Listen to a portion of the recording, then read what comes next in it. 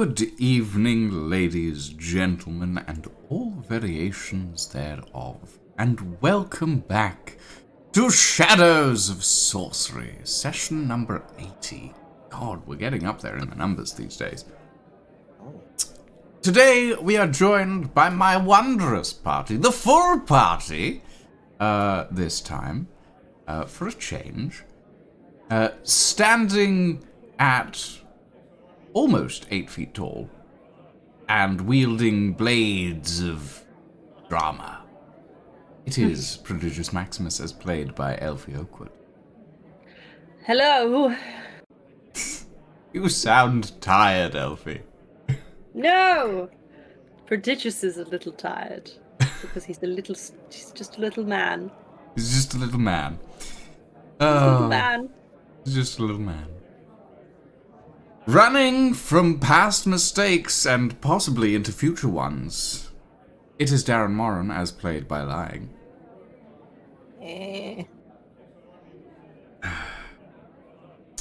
I love this party. All of you are so fucked. Right. Without further ado, may I introduce Ingvar Svan, as played by Lydia. Oh, wow. With a possible ticking time bomb in their chest, it's Hickory, as played by Kelu. Did you know that eating a whole potato is healthier than eating a handful of granola? I'll take the potato any day. I learned that today at the nutritionist. For some reason, I thought you were going to say eating a whole potato is healthier than eating half a potato. It doesn't sound right, but I'm Irish, so I don't have a potato to compare. It's so condensed with calories is the reason. So like 2/3 table cup of granola is like 300 calories, and a whole potato is like 200. Anyway. Damn, that's a whole potato. It's a whole potato. And whole potatoes are one of the most filling veg, so... Exactly. There you go. And last but not least, wrestling with the fact that he helped imprison an angel, it's Arcus, the librarian, as played by Zarian.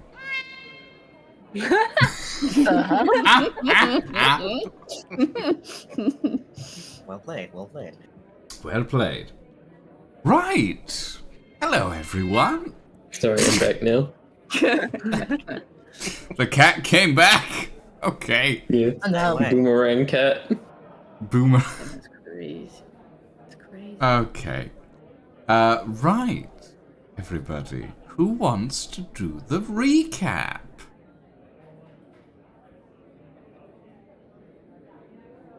Nobody? Nobody? Fine. I'll do it. Last we left off, some information came to light. In the depths of the dream/vision of the paladin Prodigious Maximus and his associated allies, friends, a strangeness overcame the goddess of magic. And in that strangeness, evil glimmered, shining greed through golden eyes. There are few beings in our world, or this world, shall we say, that possess the power to combat divinity. But as it turns out,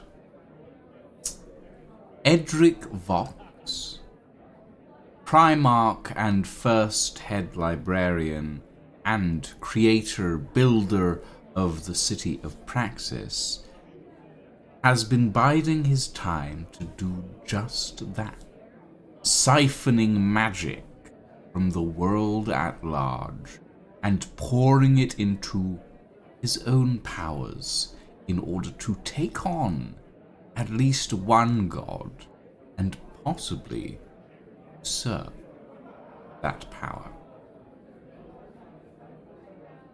This discovery rocked some members of our little adventuring party. Well, all except for one who was on a date at the time. And as such, we return to the Wandering Library just as the librarian has opened a portal. A portal to somewhere hot and humid. Tall jungle trees tower over everyone as you step out of the door to a small hut where an elderly woman looks up at you all as you step through and goes, "Oh shit, not adventurers again."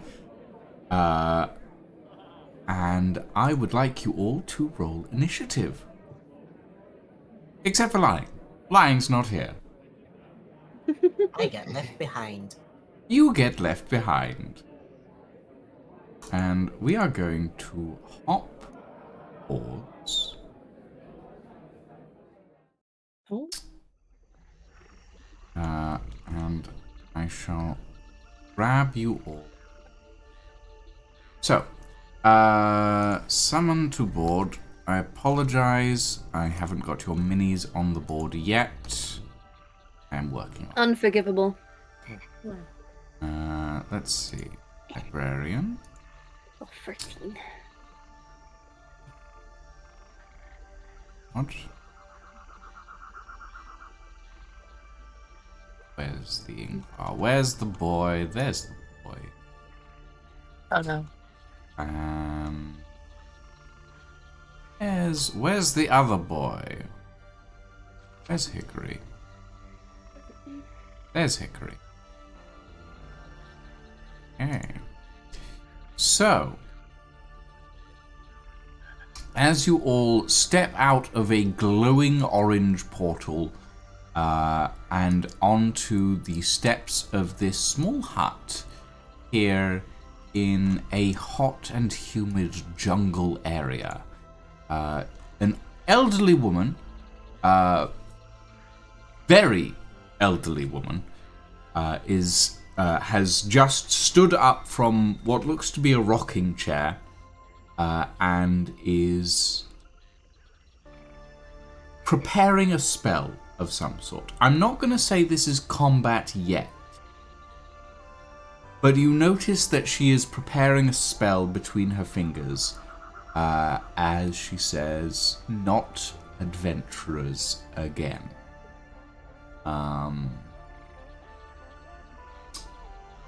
Wants to go first? Who's got the persuasion? I've probably got the best persuasion right now. I've got performance, but I don't know if that's quite the same thing. You can perform in an attempt to persuade, but you'd have to do a pretty damn good performance. Yeah. Yeah, I think you're the best at persuading at the moment. Okay, I will do a persuade. The most uncharismatic group. Speak for That yourself. is a 17. 17. How are you persuading?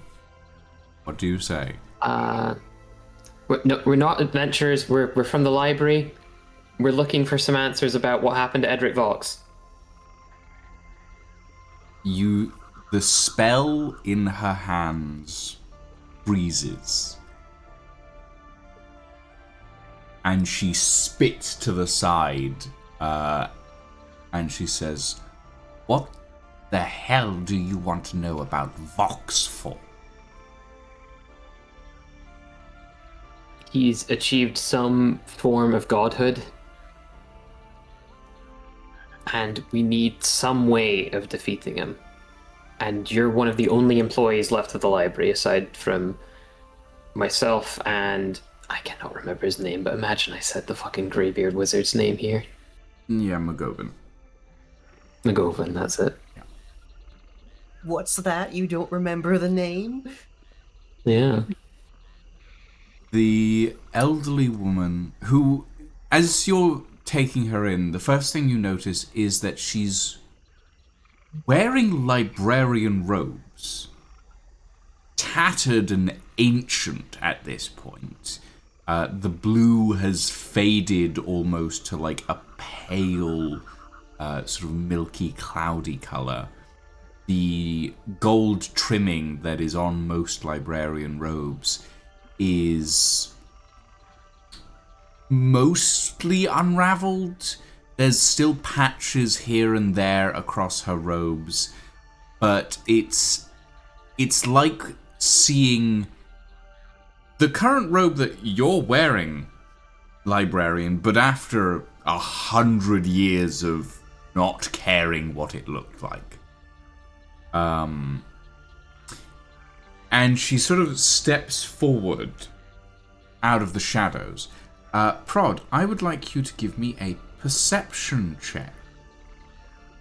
Oh, I'm so good at perceiving. And I will allow you to add your religion modifier to this. Can I just roll a religion check then, please?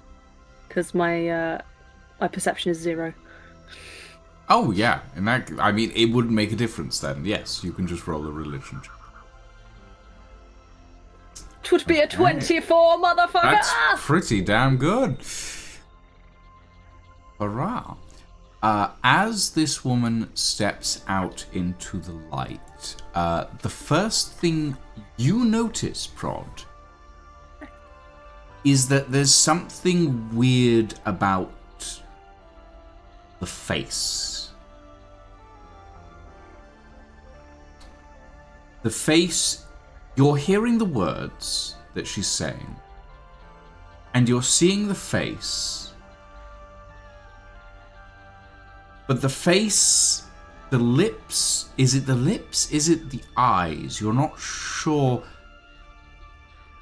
It's the lips. When she speaks, the lips move a half second afterwards. It's strange. She's lagging.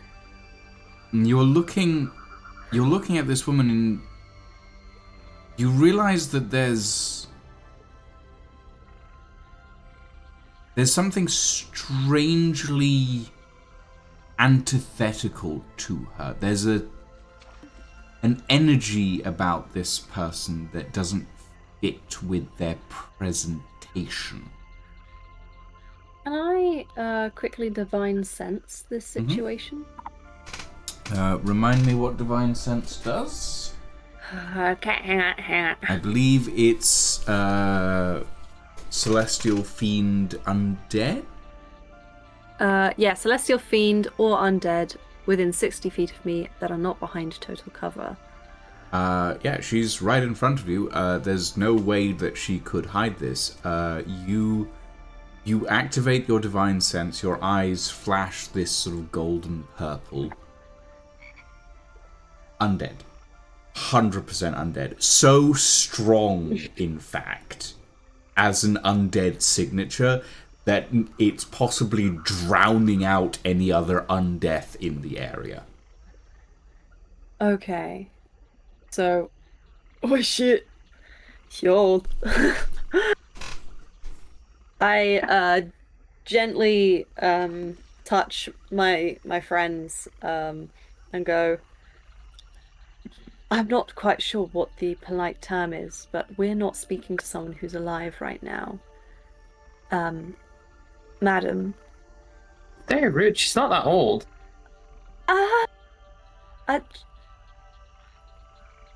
I'm unsure how she's puppeting her own body, but I feel like some puppetry is happening.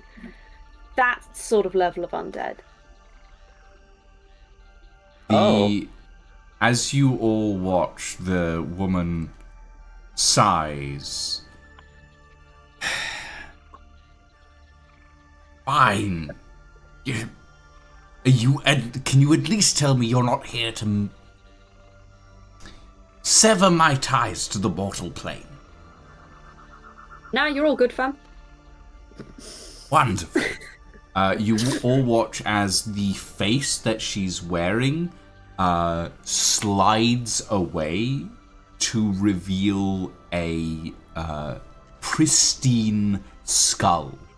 The skin on her body seems to recede into her robes, leaving an entirely skeletal figure who goes from standing extremely tall and at a defensive posture, immediately hunching into this elderly form as she sort of hunches down and sort of slowly makes her way back to the chair.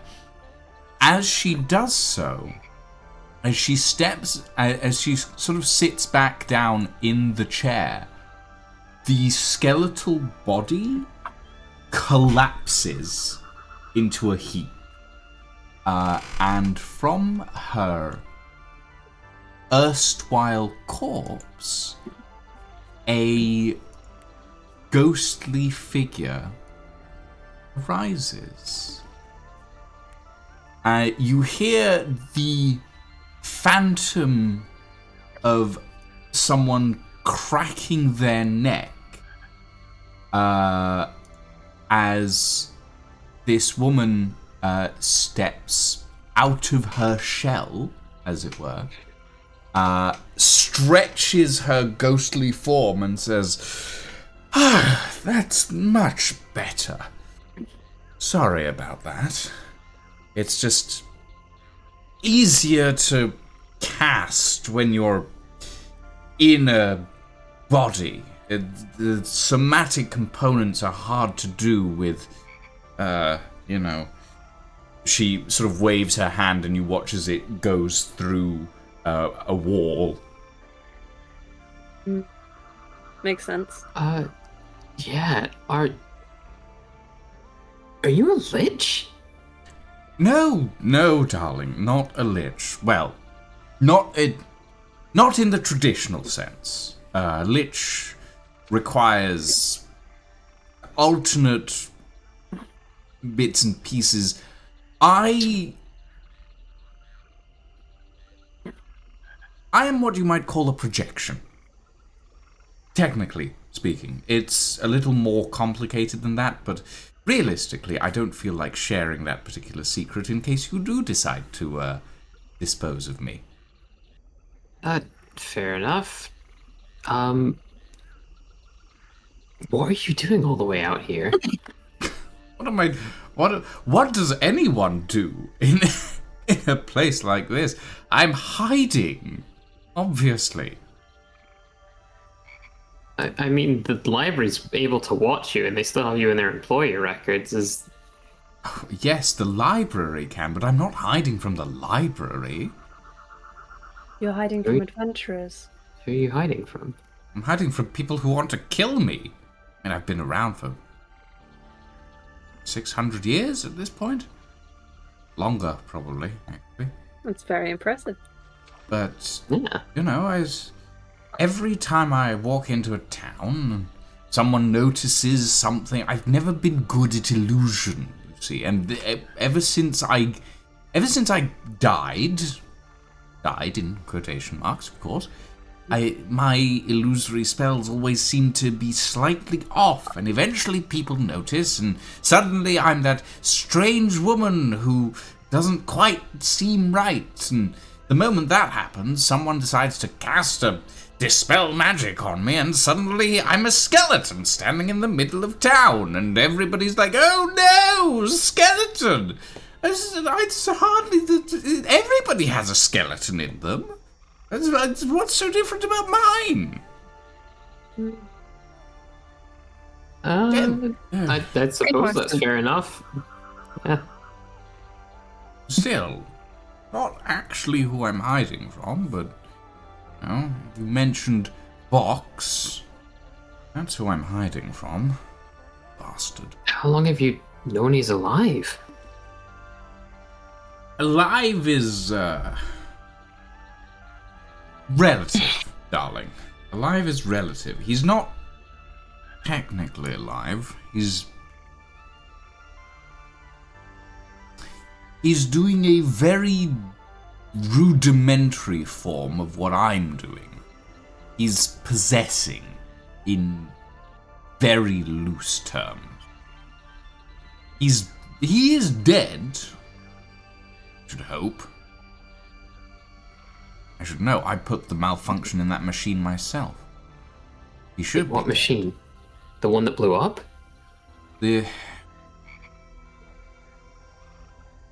What he likes to call his God engine. Yes. Do you know about the God engine? Unfortunately, I helped him build it.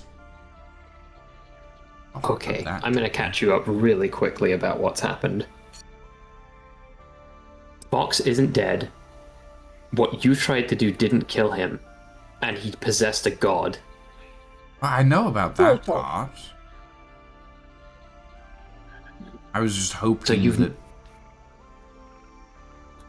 known Fox he's been inhabiting a god dormantly for years now? I had hoped, especially considering how long it's been, and it's been... How long has it been, actually? I lose track Hundreds of years. time quite quickly. What, Well- 800 years? Sounds about right. I put a flaw in the engine. When we were building it, I helped design certain components, and eventually I realized what Fox's true plans were, and I thought to myself, well, we can't be having that. He's egotistical enough as it is, so I put a little flaw in the mechanism so that if it got beyond a certain threshold, the whole thing would, kablooey.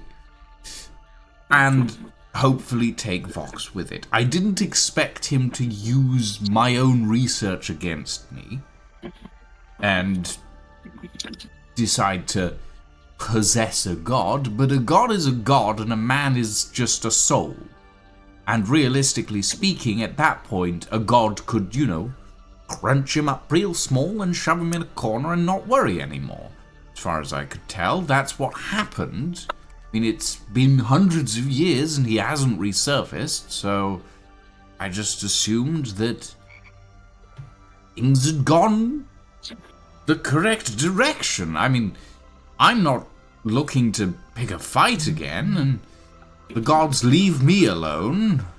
After all, I helped them, technically. I say this in no uncertain terms. You might be the only person that can help stop him. Well, that's wonderful, isn't it? The only person that... Do you know how difficult it is being the only person who can do this or that or the other? It's really annoying. For hundreds of years, yes. It's extraordinarily annoying. You get adventurers turning up at every other day, every other hour of every other day, and just going, oh, you must help us with this quest of ours, or we shall have to tell everybody that you're a dead thing. It's annoying. Extremely annoying. You know what's more annoying? The destruction of the material plane, which you have a nice little cottage on.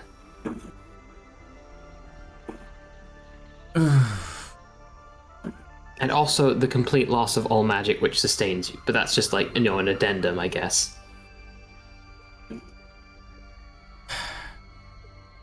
Of all the gods to be injured, it had to be her. Fine. What do you want to know? You need to know two things. One, everything you know about leyline magic, and two, if Vox, in his current form, has a weakness. Oh, everything has a weakness. Absolutely everything. I mean, any god has a weakness, to be fair. Except for Callista. Don't talk about the fact that she's been overtaken by Vox. I'm not gonna say it. The list is perfect. I will hear nothing against it. She's definitely more perfect. Prod goes and just bastards whacks out the in tree there. a couple of times with a stick. Prod just walks away. You watch as like 3 coconuts just drop out of a tree. I just dodge them artfully. Where are we? Why are there palm trees next to oak trees? You know what? Oak Magic. trees? I presume those are oak trees over there. You need a lesson in botany, darling. No, I was more an engineer anyway. Fair enough. So was I, to be fair. Oh yeah, But- boo. These aren't... Girl? Right. So, let's start with weaknesses. Vox has several. I mean, the sheer fact that he is a soul in possession puts him in a major disadvantage. His own spirit is doing its best to fuck with his own existence. And I can tell you that having had to deal with that situation for a couple 100 years, the fact that he's augmenting his powers using, I'm assuming, the goddess of magic's magic, is not helpful, but it can be subverted. Think of him like a balloon. If you inflate a balloon too fast, it pops. The slower you inflate a balloon, the slower the likelihood that it will get to a point where it can no longer contain the amount of air, or in this case, magic, that is inside it. Now, while he has that amount of magic inside him, Vox is vulnerable to being popped, if you will. I sustain myself off a minimal amount of ambient magic, which is why I live out here, because ambient magic in this area is actually quite good. But still, regardless, the Vox's whole thing is the idea that if he accrues enough magic, as far as I can tell, anyway, if he accrues enough magic, he can fashion himself a new corporeal form. But on the other side of the Divine Gate. And in so doing, that corporeal form can start to absorb ambient and other forms of magic, divine magic that most of our mortal realms no longer has access to, and as such, go from possession to full-on celestial being.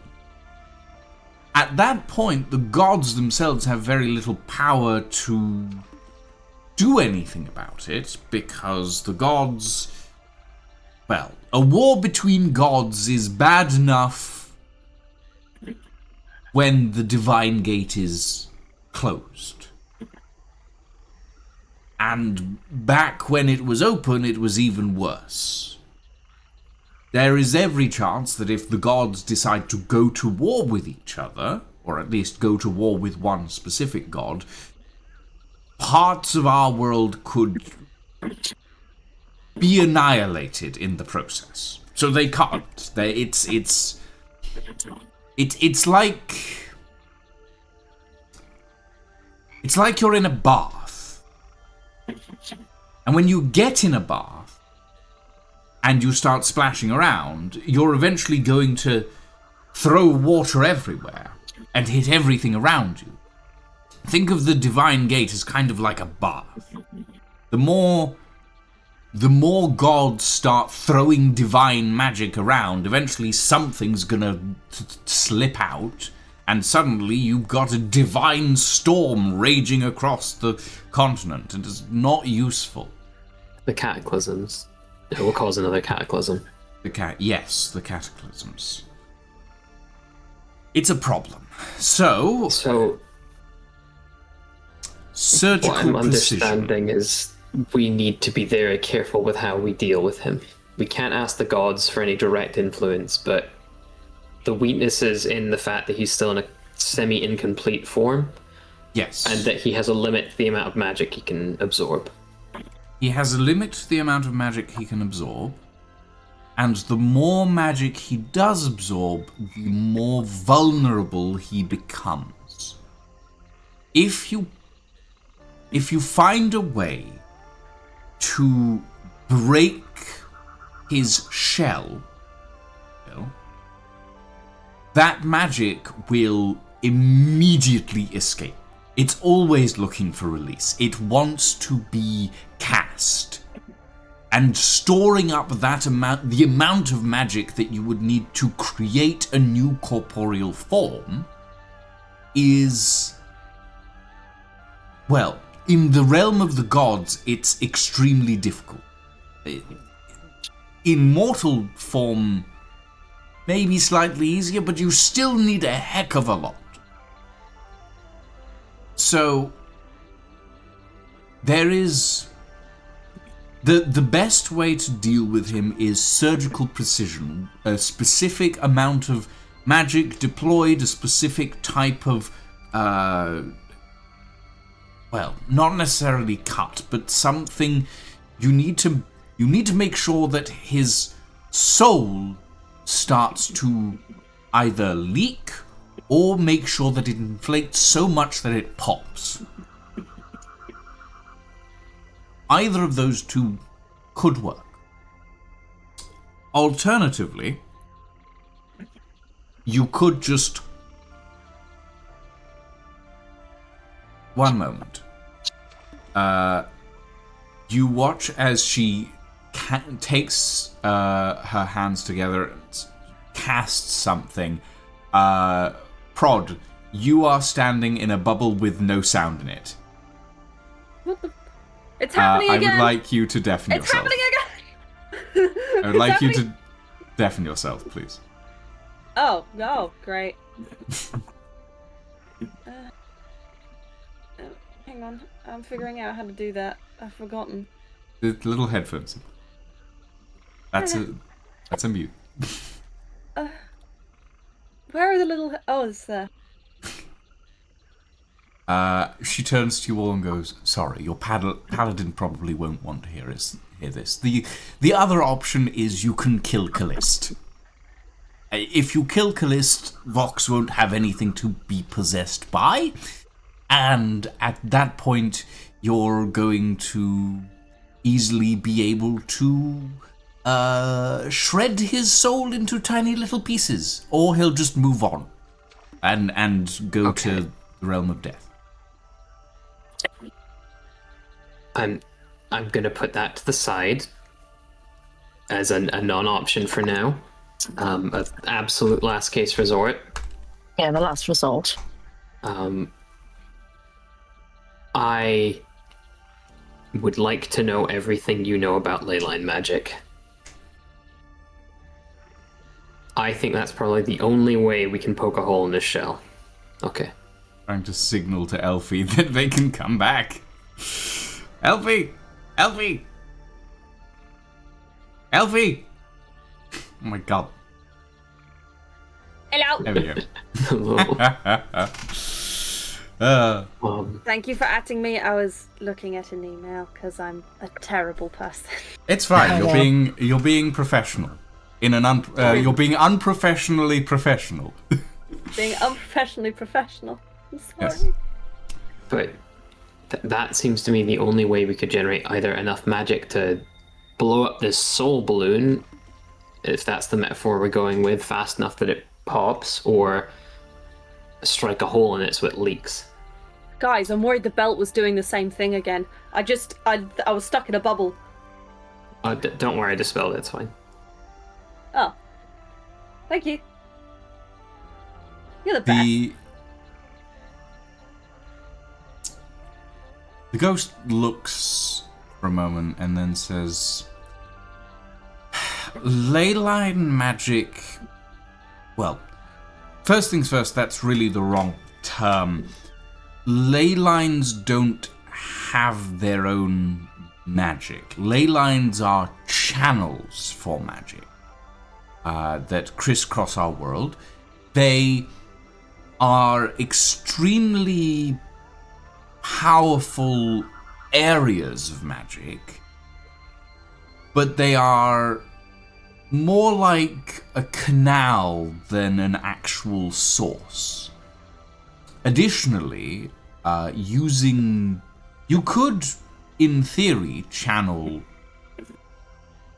ley lines into Vox's soul balloon. However, you would need to get him in the exact right place. Using ley lines for that sort of thing is possible, but you would also need to know where the ley lines are currently converging. There are a few places... The last convergence point that I'm aware of the ley lines is the Ashfold. That was hundreds of years ago, and I highly doubt they converge there anymore, considering it's basically a magic dead zone at this point. At least it used to be. I'm not sure if it still is. It's very much still a dead zone. Right. So that means that the ley line energy will not be anywhere near there. It's probably giving the whole area quite a wide berth.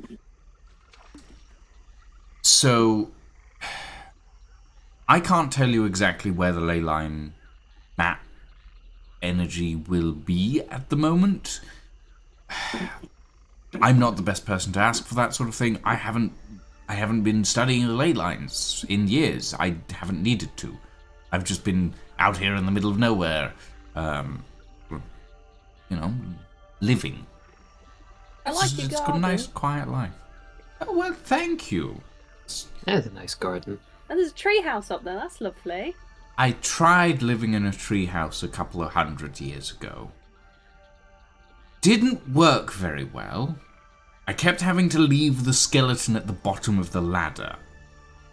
Ah. And every time I did, Have you something lost would end up something up stealing there? an Do you want me to go arm. get it for you? Hmm? Have you lost something up there? No, this was a couple of 100 years ago. If there's anything that was up there now, it's long decayed.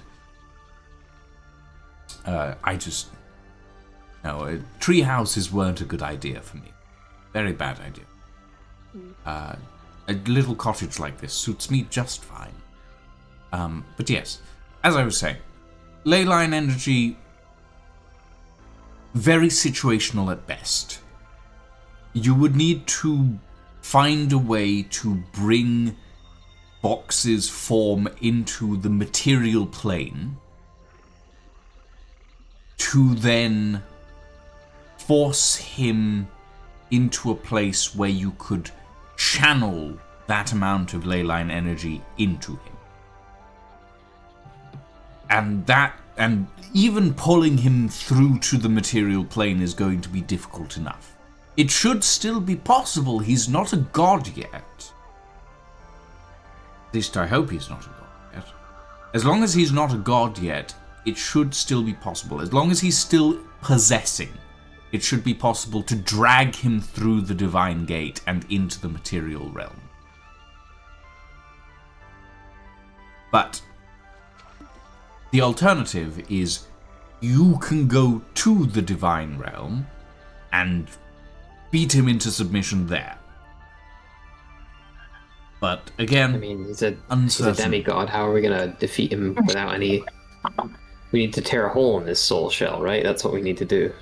Yes. Is he more vulnerable there, or is he more powerful? Like power and vulnerability. It's a bit of a balance, you see. You can't have too much power without making yourself vulnerable. But at the same time, you don't want so much power that your vulnerability eclipses that power. He will be less powerful in the mortal realm. I can guarantee you that. But it will be no easy fight. Does the library count as the mortal realm? The library is a extension of multiple realms to a certain degree. So I'm unsure how we'd bring him to the mortal realm, but I'm fairly sure there'd be a way to get him to come to the library. The library was originally anchored to the Feywild. And now it still has a tenuous connection to that place, but now it's more closely attached to the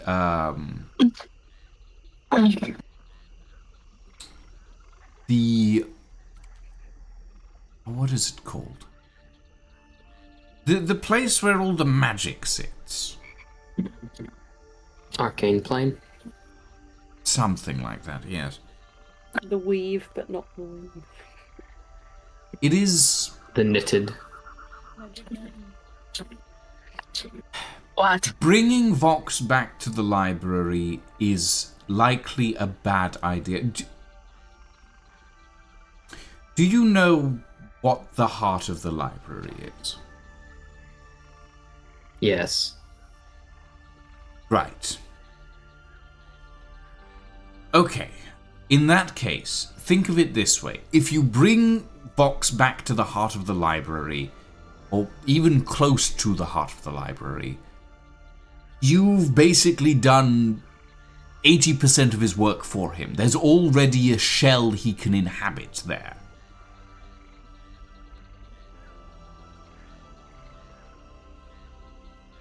So the safest option is fighting him in the material plane. Divine. Or the divine plane, yes. Taking Bringing him to the material, library. there's entrances all over to the library. It's too risky. Yes and no. The library... Before I left, I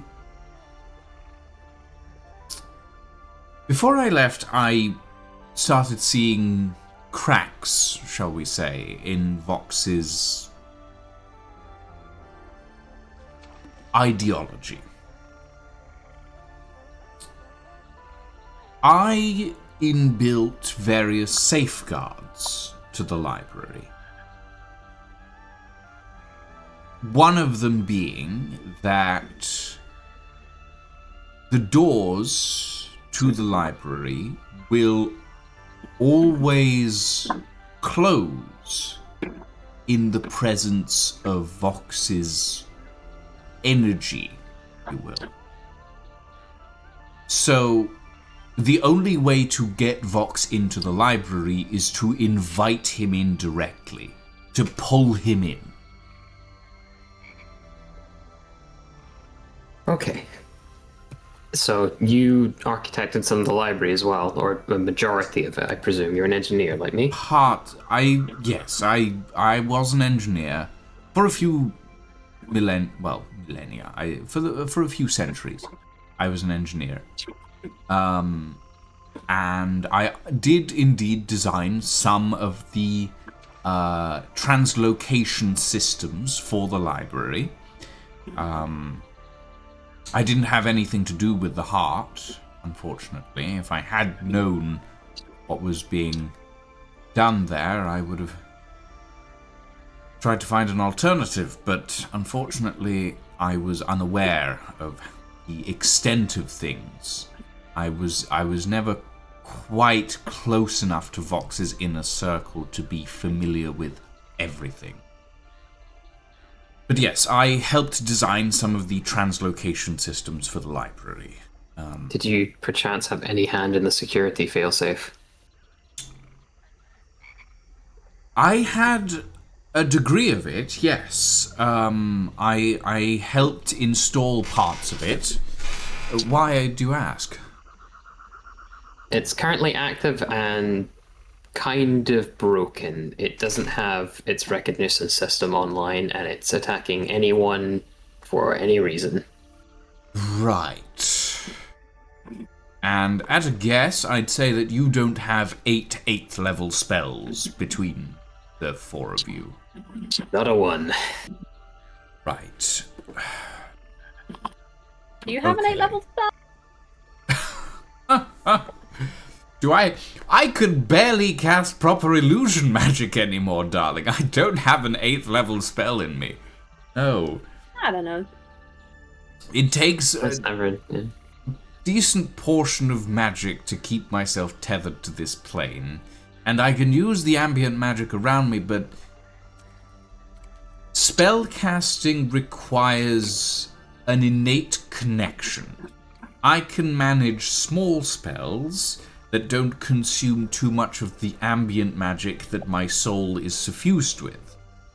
But unlike you mortal beings, I don't regenerate my magic naturally. I have to absorb it from the area around me, and the area around me will eventually replenish, but it's a lot slower than a mortal body in the replenishment of natural magic.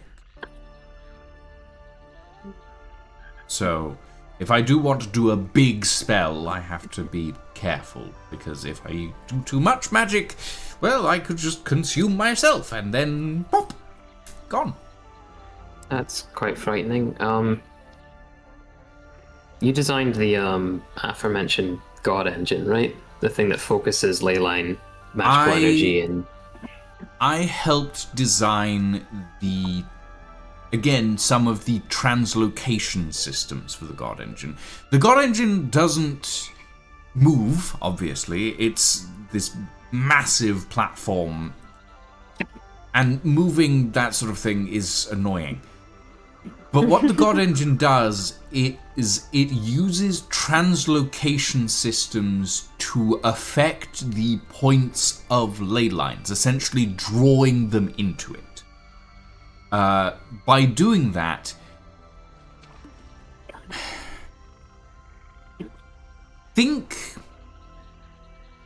hold on, and you watch as she touches the bones behind her and absorbs herself back into the skeleton, and starts rummaging around in a box next to her. She pulls out a piece of paper and sort of beckons to you, Prod, and says, "Could you hold the ends of this?" And she hands out the paper. And she stretches this piece of paper between the two of you, picks up a rock, and then drops a few sort of granules in the middle. Magic suffuses the upper layer of our world, right? And usually it suffuses it like this. It's just a thin layer on top. But what Vox's engine does is this, and she drops a larger rock in the middle of the paper, and you watch as the whole thing sort of bows downwards and starts to pull. Vox's engine sits underneath, and it pulls the magic down, and as such, everything starts to flow faster around it. It's like watching water in going down a small hole. Vox's engine absorbs that, and then originally was designed to use that magic as a weapon, and a weapon that originally used divine magic as well as material magic, which could injure and possibly fatally injure a god. What I made it do was that when it got past a certain threshold, that translocation system that was pulling the magic in jammed itself open. The thing filled itself with so much energy that eventually it just exploded. But Like the balloon. Like the balloon, exactly. And Vox's God Is Engine... barely following any of this. Vox's God Engine is it was extraordinarily powerful. It was an achievement beyond whatever any material wizard had ever managed before. But it had flaws. It was much easier to destroy because of those flaws. And some of those flaws, I will admit, I put in there myself. But still. Because of that system, the speed at which the magic of the ley lines poured into it was a lot faster.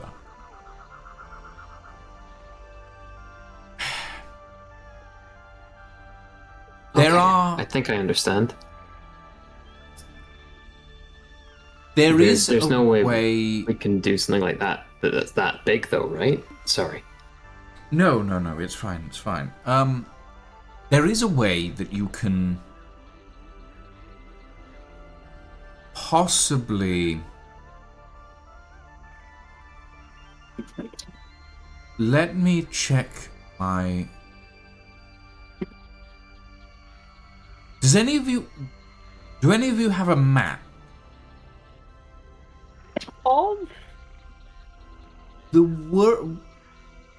Parts of the world.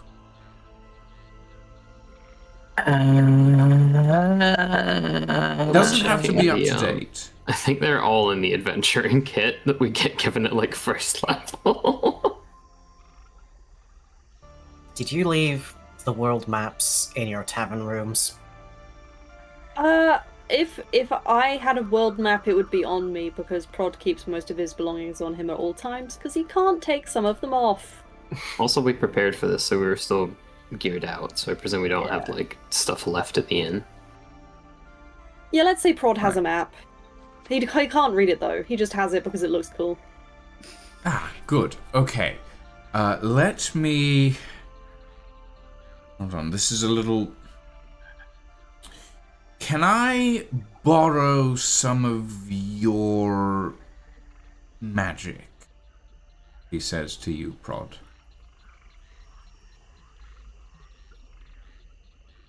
If you asked another day, how much? What are you gonna do with it? Just enough to cast a spell on this map. Okay. Prod, like, puts out his arm. She puts a skeletal hand on your arm, and you feel a sudden sort of shunt as part of your energy is shifted from you through her and into the map before you.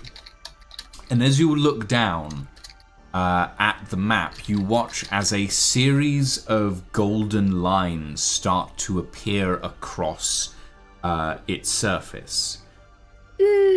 Various concentrations of magic start to appear. And she sort of she stops draining a little bit of your magic. You lose 8 hit points. 8 hit points? Temporarily.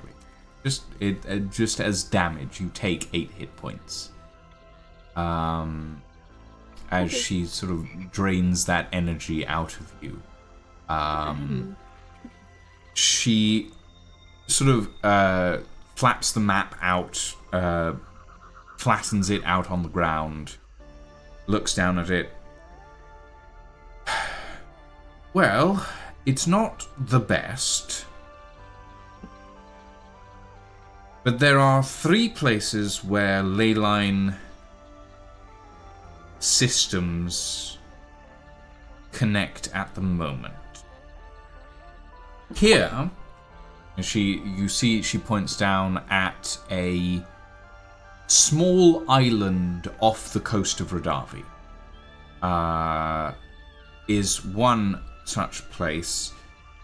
I'm not familiar with the area. I'm not sure where that is.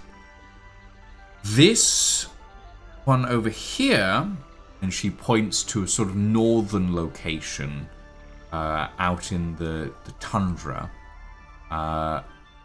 This is close to the Ice Crown. And there. And her voice kind of flatlines as she points down in the middle of the ocean. Praxis. Or what's left of it, anyway. Oh.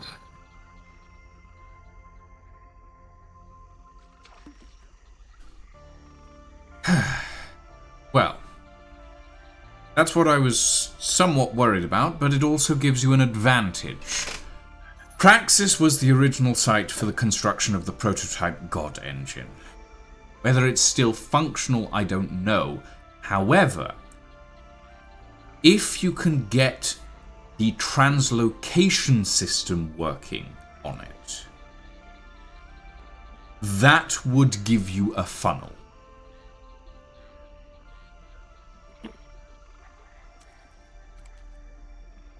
Okay, so we have a semi-formed plan. We go to Praxis. Some kind of water breathing, I guess. We find the prototype and see if we can use it. For Praxis? Isn't it underwater, you said? In the middle of the ocean? It's in the middle of the ocean, yes, but it's not underwater. Praxis, last I recall, well, what do you know? What do any of you know about Praxis? I assume I'm sorry, I've been referring to you in my head as the librarian. What is your name? Arcus McGovern. Arcus. Right. Yes. You would know this because I assume, considering your robes, that you used to be there. For the rest of you, Praxis was one of the pinnacles of magical engineering. A massive floating city, which was located outside the borders of any continent, so that the mages there could act with no restriction, shall we say. Last I know, last time I was in Praxis was a couple of 100 years ago, but I went there after the cataclysms. Parts of Praxis are still floating. Not all of it. There's some very large cracks in its foundation. But the other thing is that section of the ocean is a giant sinkhole. That's a problem. Mainly due to the fact that when Praxis broke up, it created a massive barrier reef, if you will. So there's a large area of that part of the ocean that is just massive piles of stone and walls with giant waterfalls thundering down into it. That's cool as fuck. It's very dangerous. I would not advise going there, but everything that you're setting out to do is extremely dangerous, and in the long run, that's likely the least of your worries. But last I recall, the area, the part of the city where the God Engine was being designed was still floating. A couple of 100 years, mind you, give or take. Might have drifted a little. Very possible that it's sunk a bit, but realistically should still be out of the water, even if it's down in the middle of the sinkhole at this point.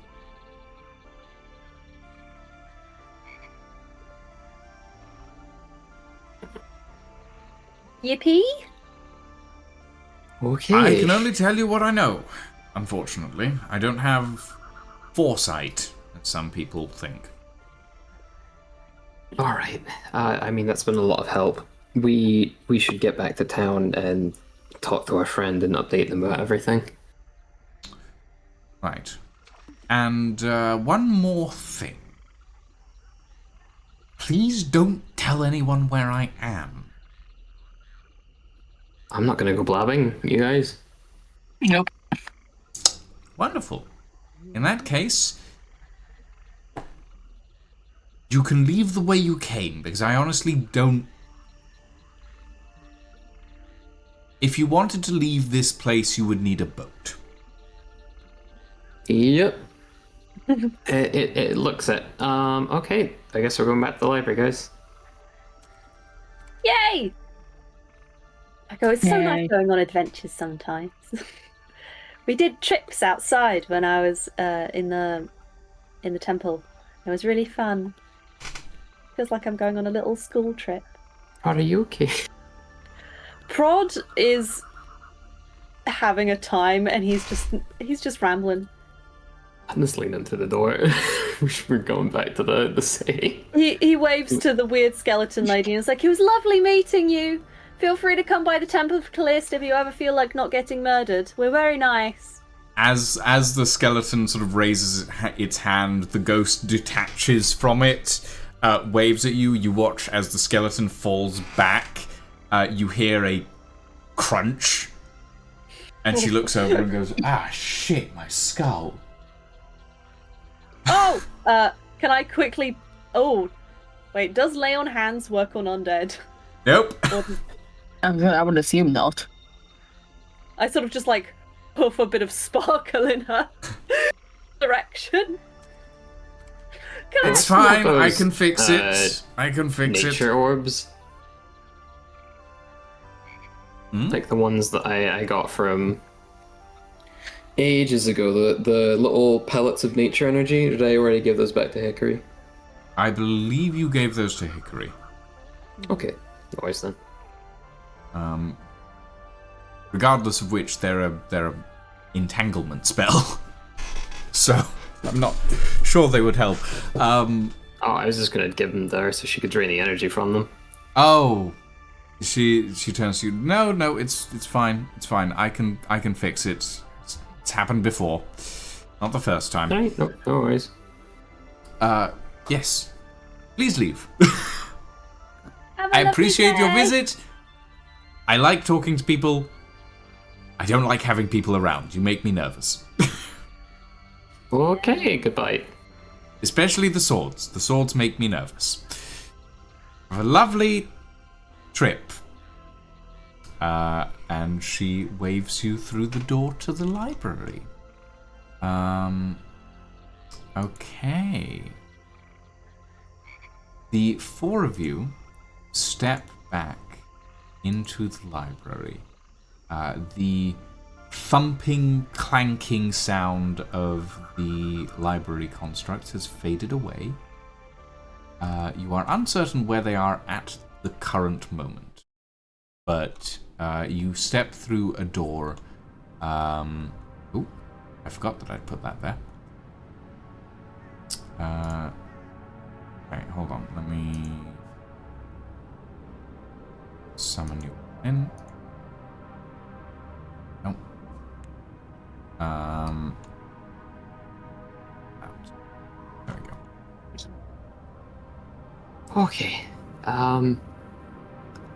That was a lot of information. What are you I doing, think we Rick? should get back to Darren. Yeah. Okay. I'm gonna start casting the door back to the city, where the inn is. Okay. You start casting the library door to Matina. The four of you step out into the Matinian sunshine. Matinian-ish sunshine. Darren, you went on your date. Mm-hmm. And your party disappeared for 2 days. You are uncertain where they've gone. You went back to the inn and no one was there. We must have left a note. No, you didn't. You did not. Didn't. And what the fuck do you mean 2 days? Where did we go that was timey-wimey? The library. Library's timey-wimey. Yeah, last time we went in there, it seemed like hours or like a day, and it was a week. Yeah, you went in for like a day, like 2 days ish, and 2 weeks had passed. You went in for like 2 hours and 2 days have gone past. Yeah. Oh no. It's time to give Darren a romantic weekend. Yeah, Darren, what have you been doing for 2 days, considering that your party has apparently just abandoned you? I have been doing two things. I have been reviewing the scroll as delicately as I can to see if I can figure out how to rewire the attunement, the imbuement chambers. Mm-hmm. And then I've been doing that thing that makes me roll dice that you love to grin at me for. Okay. Well, let's start with that imbuement chamber attunement stuff.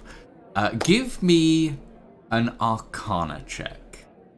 I physically can't because I'm on the waiting on GM screen. Oh, sorry. Hold on. Oh. Give me 7. Do it with your mind! There we go. Okay, do I get like proficiency at all or like advantage on No. this? No. Okay. Despite this is my specialty, you know, I'm one of the smartest people on transmutation on the continent, but sure. Well, maybe you should have thought of that when you made the character. Hmm?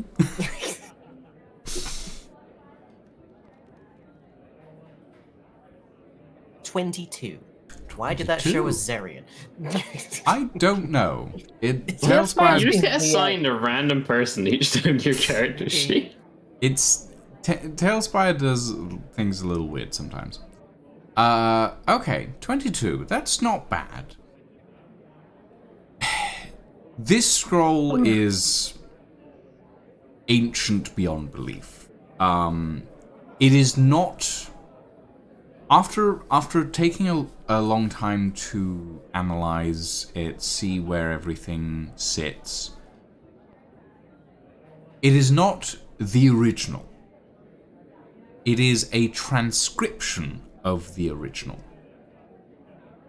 which you have to assume was never a scroll, but was a stone tablet of some sort. Something a little more dwarvish. It's probably been purloined, if not destroyed, by this point. Possibly. Close The to scroll- museum. The scroll itself is definitely ancient, more than 800 years old at this point. You know that dwarvish culture dates back to before the first, well, around about the records that you have, fragmented as they may be, date back all the way to the first cataclysm. Past the second cataclysm is when dwarvish history actually has proper written accounts. Before the second cataclysm, fragments here and there. A lot of stuff got lost during the second cataclysm, basically. But you know that dwarves existed before then. Before the first cataclysm, very few traces exist. The dates marked on this scroll suggests that it was first found, or the item that this scroll reflects was first found about 1,200 years ago, which would predate the Second Cataclysm by about 400 years-ish. Which tells you that the stone tablet that this was taken from is likely much older, but the transcription itself doesn't carry a date of creation of that tablet. Right. The way that this transcription is designed is basically stating that any dwarven body can be reforged to suit a better purpose. Resculpted to suit a better purpose. I apologize.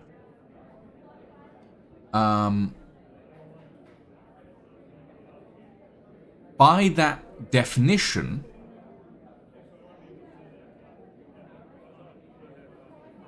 the scroll doesn't present dwarves as people. It presents them as tools, which is a bit of a difficult thing to grasp because the word for tool is quite different now to what it was back then. The word that you would use nowadays for person is what is used in reference to the word for tool in this ancient dwarvish script.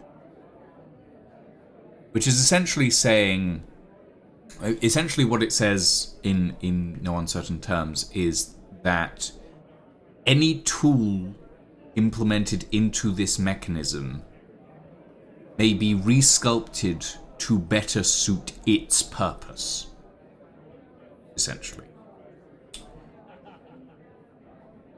Which is a strange thing to think about as the representative personality of said tool.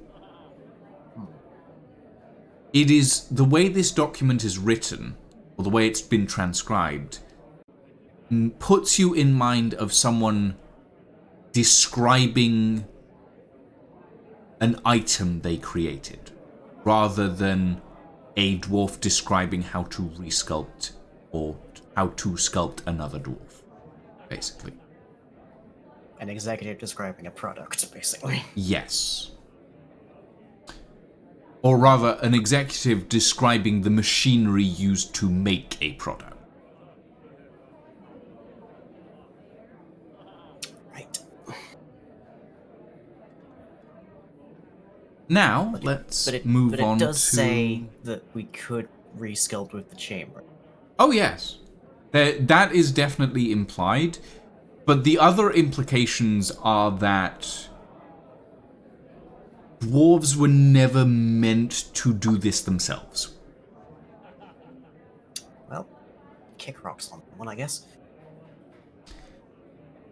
Now let's move on to the other role.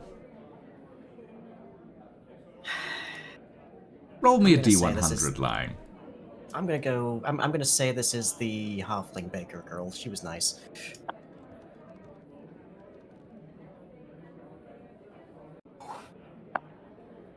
Okay. Fair enough. Right. So, how many times over the course of these 2 days, Darren? You're not gonna make me roll for that, are you? Depends. How many people has Darren slept with over the course of 2 days while the party isn't around? It's been 2 days. I know. I'm Maybe asking. 7. I'm one. Okay, that's one fine. that I have to roll for, anyways. Fair enough. Fair enough. Okay. What is Darren doing when the party returns? Around about what time of day is it? Mid-afternoon. I will have put the scroll away for safekeeping for the day. Just staring at it too long makes my eyes start to point in separate directions. And I will just be grabbing a cold one as best as one can in this climate on the roof of the tavern, I guess. Okay. You are on the roof of the tavern. You sort of sitting under sort of an awning section as you look out over the city. What does Darren hear as the four of you pile out of a door? Ah, fuck my foot. You know, Hickory, the fact that you're on a pole is kind of mean. I like imagining that you're saying this while on the floor and looking up. Yeah. I haven't been on a pole for a long time. Look, Oh, no, it's... sex work is work. I'm not going to shame you.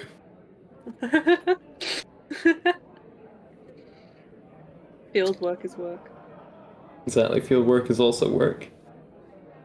But mostly the sex work. You hear these Anyway. voices emanate from downstairs, lying.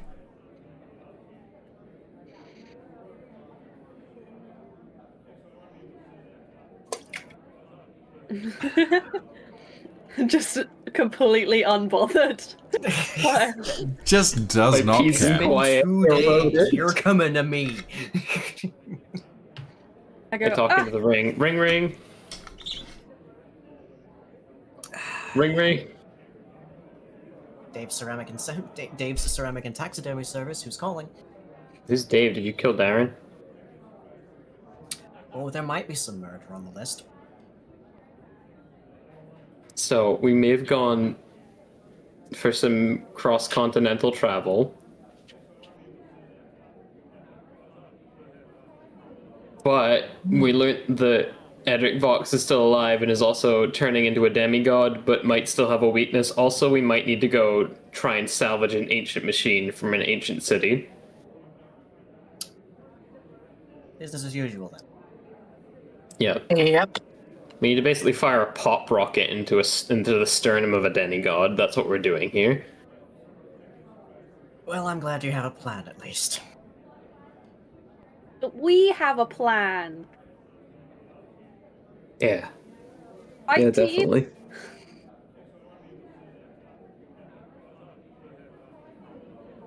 Lady- Message Darren, like, Darren, we are so fucked.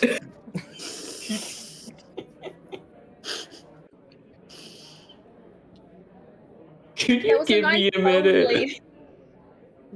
And then we end the rest of the series right here. Yeah, roll credits. You just do a slash cut to just the entire Just pulls party a modern dead day on the gun. floor. And over. I think we're gonna have to kill this guy, Hickory.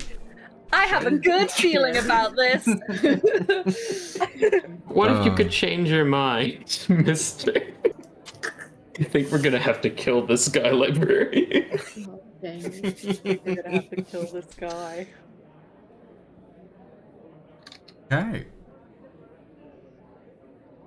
Shall we take a quick break? Yeah. 5-minute break, everybody. We'll be back in about 5 minutes. Everybody get some drinks. Everybody get some snacks. We'll see you all in a I'm minute. gonna run out. This session has been running for 90 minutes, and I've had 5 minutes of talking. Well, I'm sorry that you decided to go on a date I last decided time. Nothing. You went on a date. I was not the one that made the decision to leave town. They didn't have a That is That's chance. really important.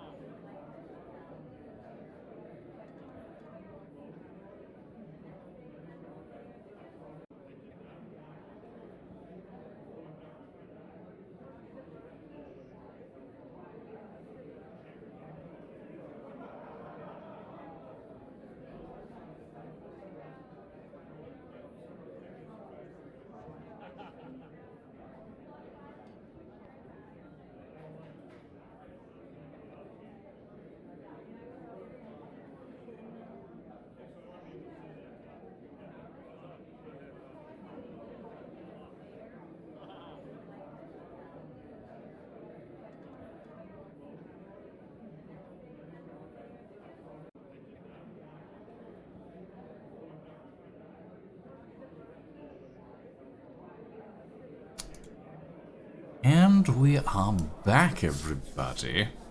Hello. Welcome back. We are sitting in a Matinian Inn, discussing option.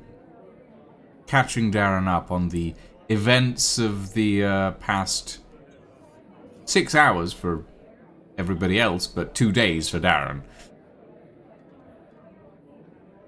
Okay, so I think I understand most of it. I have one rather substantive and important question, though. What in the flying hells is a balloon? Oh, it's when you get the gut of a pig and then you blow it up with gases got from the well, and then it kind of floats. Is that an orc thing? Because that's Yeah, you could do it with frogs too, but you gotta find a we really mostly do stretchy one. lantern kind of stuff, I guess. It's like a... Oh. Okay. And if we Have them at children's parties. It's lovely. not for the pig, I imagine. Okay, so we get this thing on the ocean island that shouldn't be there and whatnot, and then we poke the balloon that is Vox with it, and all the magic comes back. Is that broadly the plan? Yeah. Oh, it sounds like a plan to me. Okay. I'm Well, gonna that's write a that significant down. that's a significant improvement over fight a godlike being.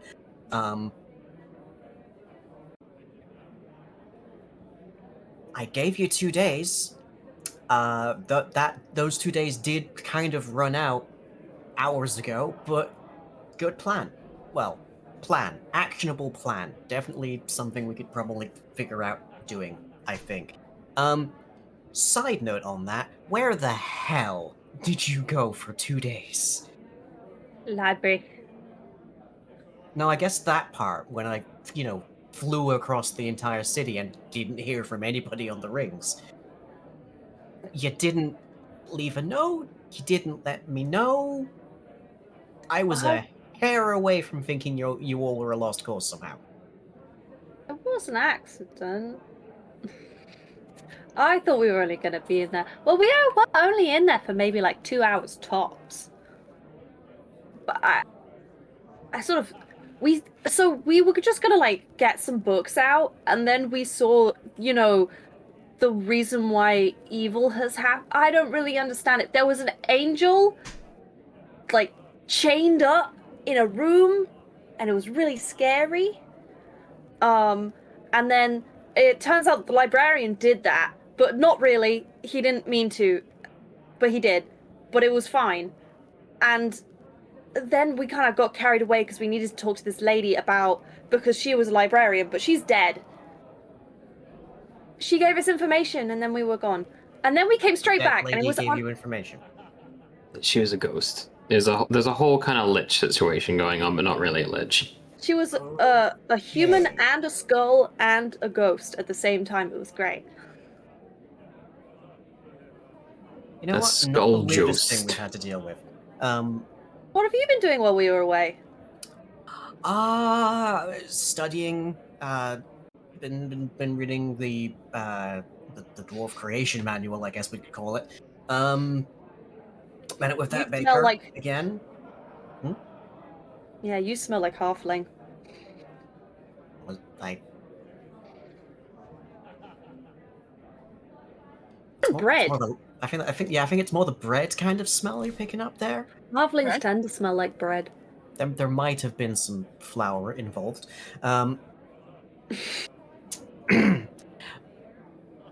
No, I've been mostly trying not to fixate on the complete and total absence of the people I arrived here with, which is generally not something one has to wake up to, especially when they leave their stuff behind. Sorry. I mean, I guess you were coming back from that alone.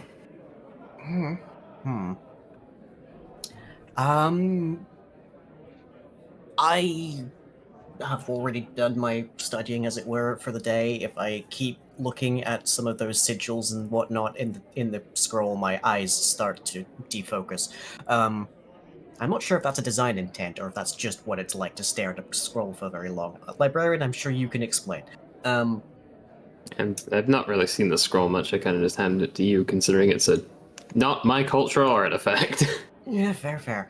I do know Dwarvish, though, if you want help with it. I also know Dwarvish. Yeah, but you're not a magician.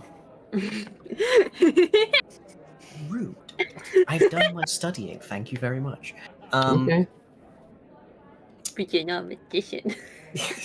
Not a magician, though. You're no magician, though. Not a magician. I'm a magician. Let's see, it sounds like we'll have to leave Matina to go visit that island superweapon thing. I don't have any more plans for the rest of today. I would kind of like to spend a bit more time studying and figuring things out here. May have had some information about the whole dwarf deal on my date with Diana, but not. It's a bit of a scratcher on the head there.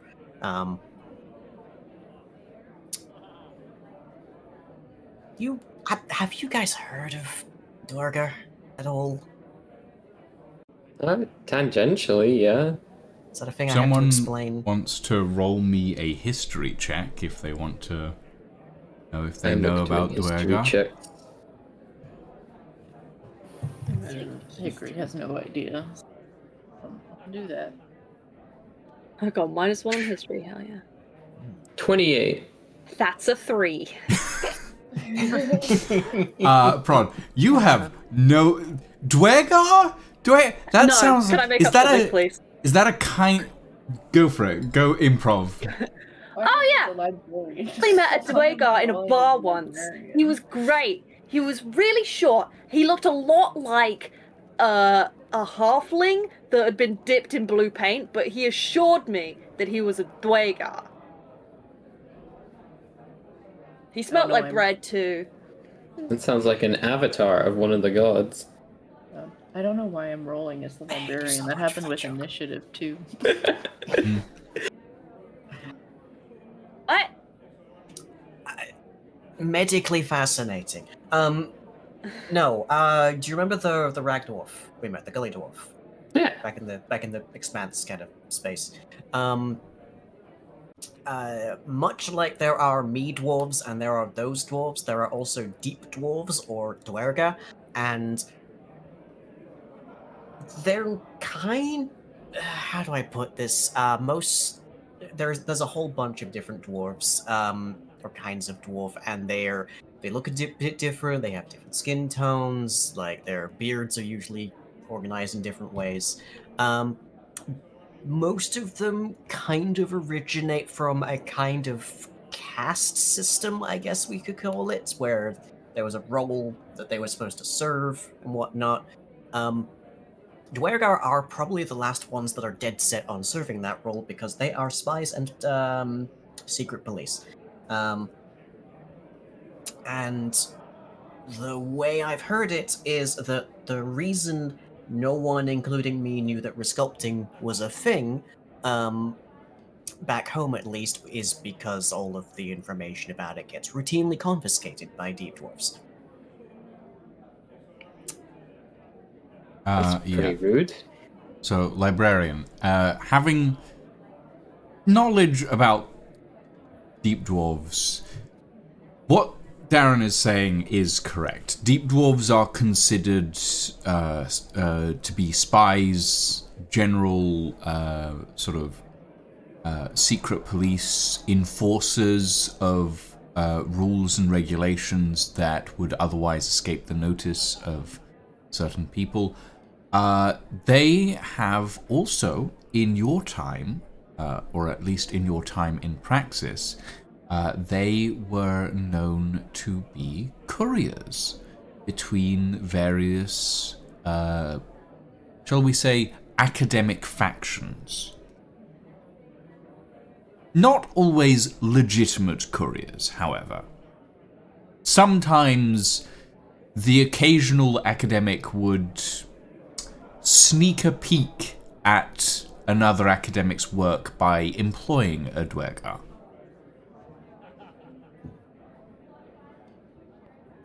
Oh, they were just kind of like smugglers almost. Smugglers, spies, occasional enforcers, mercenaries a lot of the time, specifically from like where you were. The occasional Dwergar mercenary was not an uncommon sight. I mean, that would make sense then if they were hired by someone to smuggle this information away somewhere, or were paid in some other way. I guess they're very monetarily incentivized in some way, shape, or form. Yeah, I don't know who exactly is in charge of them, but all of the stories of finding out stuff like what's in that scroll end with Durga turning up and confiscating everything, or destroying everything, or kidnapping everybody involved. It certainly would seem to suggest that there is somebody higher up in Dwarven society pulling strings.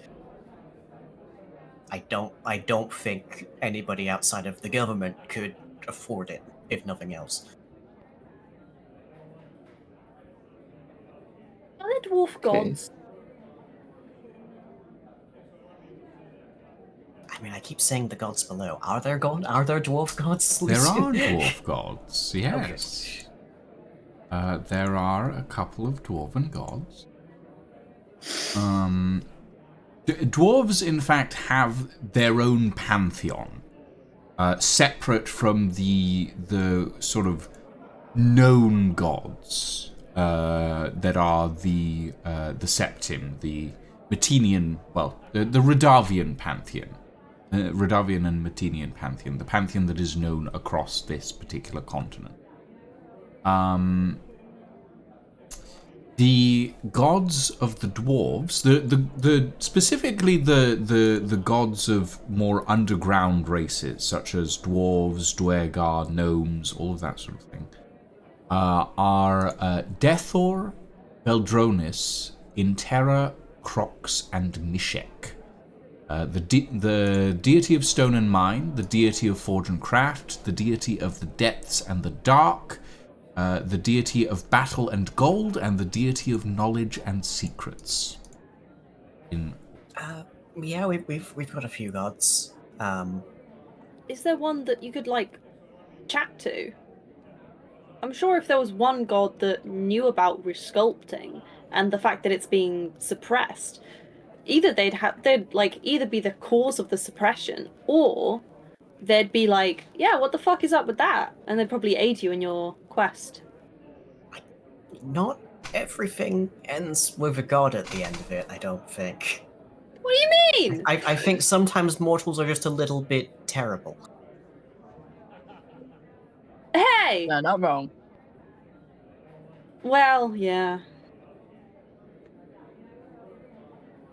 Like the gods, the gods of my people aren't that conversational, I guess is the way to put it. Like, you make offerings to them, you like pray to them for a good harvest or whatever. You don't really expect them to talk back to you. Things just kind of happen in your favor. You know, I'm starting to think the thing that me and Callista have is quite special.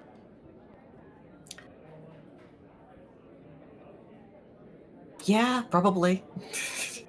I'm religion's not really my bag, but it seems noteworthy.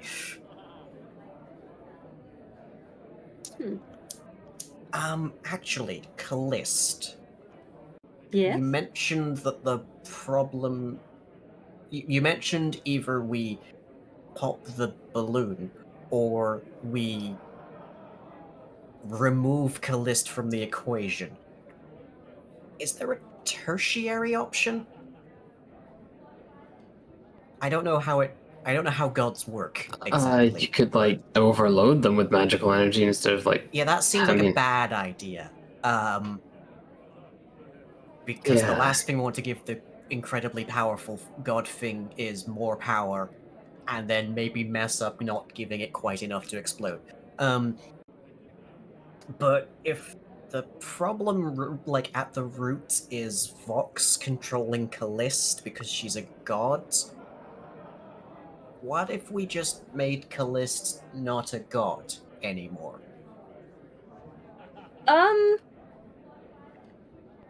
Because I've been doing a lot on transmutation. That probably. I'm going to I need don't- either incredibly high religion or arcana checks here. If you Could I if do you an want to arcana check? seriously I'm consider this spitballing proposition. here, so Can I need the theocrat and I need the bookmancer to answer that question for me. Yeah, I will roll a religion to see if that's possible, but Prod's opinion is going to take effect. Well, this isn't about whether it's possible. It's 9. about what kind of effect this might have. Prod, I rolled a 17. On a 9 religion check, It's still a deep fuck no. deposing a god has extreme consequences for Yeah. everybody involved, including millions of worshippers. The amount of power, just the general power of a cleric of Callist, if in your thoughts, in your ideas, if Callist gets deposed as a god, suddenly millions of clerics across the world will no longer have access to that power. Hundreds of thousands of people could die. Yeah. Fuck no. Librarian, on a 17 Arcana check, deposing a god is theoretically possible. Theoretically. Doing so would require you to possibly dismantle the entirety of the Divine Gate, which is several lifetimes of work, as far as you can tell.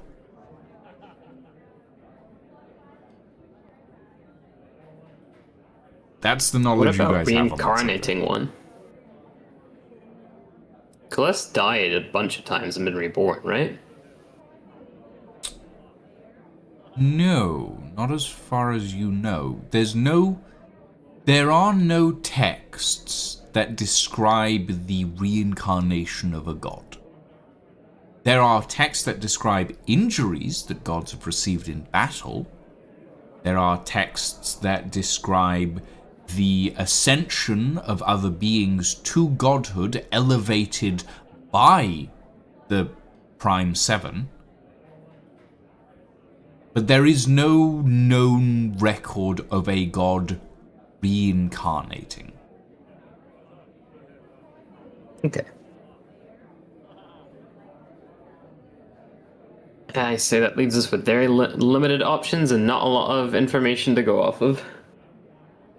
Yeah, okay, right. I mean, I've definitely heard a tale or two of people ascending to godhood. Surely the reverse is also possible, but from the sounds of things, it's probably easier just to get the big pointy thing and insert it into the sheep's bladder.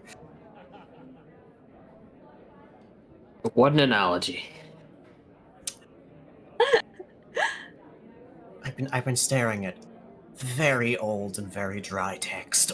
Look, I'm not complaining about you calling him a piece of pest, alright?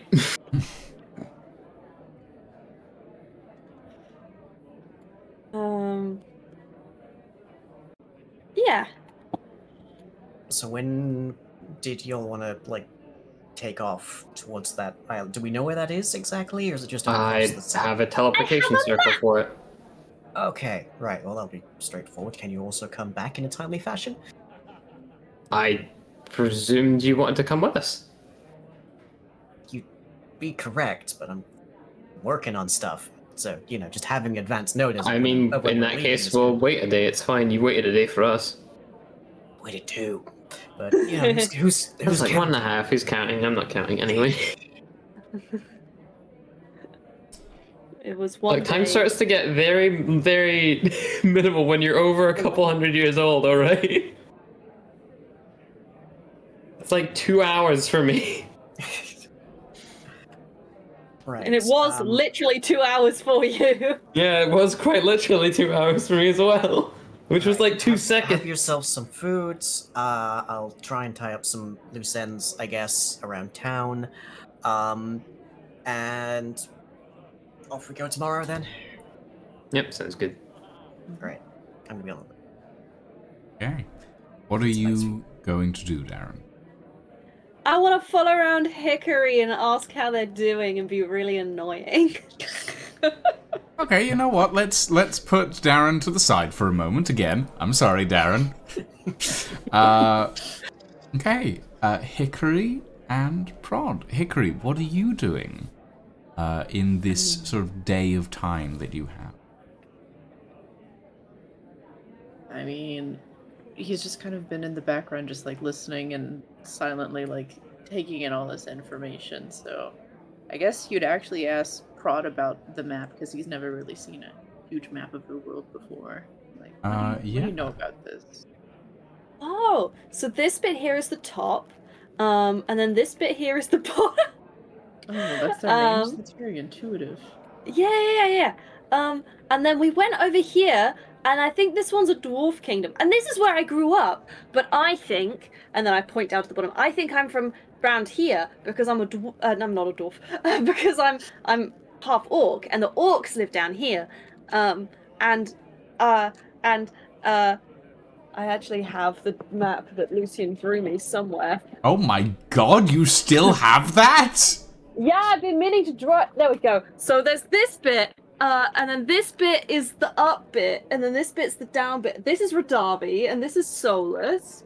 And then there's a place called Farrenholm, and Dennis Eld, and then the Chasm of Ruin, and then the Mountain Range, and then the Dwarven Ruined City, and then the Frozen Wastes, and then the other Dwarven City, Velostov, and then the Swamp, and then the Island, and the Crystal Wastes, and then Radavi, and then Solus, and then Necronir. I need you to send me a picture of that because I do not remember how I drew that and I need to redo it at some point. And you have the only copy of that map. I need you to understand, Elfie, you have the only copy of that map in existence right now. You have to say That's really funny. Yeah. For your information, Hickory, Prod lays out this large, sort of slightly crinkled at the edges map, which has on it pictures of various continents, and is crisscrossed in golden energy. There are various places that have been marked and scribbled in. The place that you are in now, that Prod points out, is called Matina. It's a small city around about halfway down the southern edge of the map. And it contains lots of sand. The map seems to have lots of sort of drawings of sand and plains in the area that you're in. Prod also points out the points further up, such as Farrenholm, and you think it's not recognition because you've never seen a map before, but it is a feeling of understanding that is close to where you came from.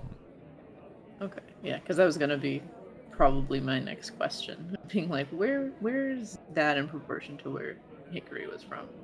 Yeah, Farrenholm is about 2 days' journey from the swamp where Hickory was, shall we say, existing, up until the point where they awoke.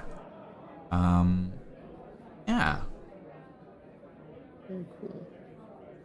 Hickory says, Do you think a platypus could live there comfortably? Does Prod Roll think me an platypus could- intelligence check. Oh no! Oh no! All right. Intelligence. My -1. Let's go.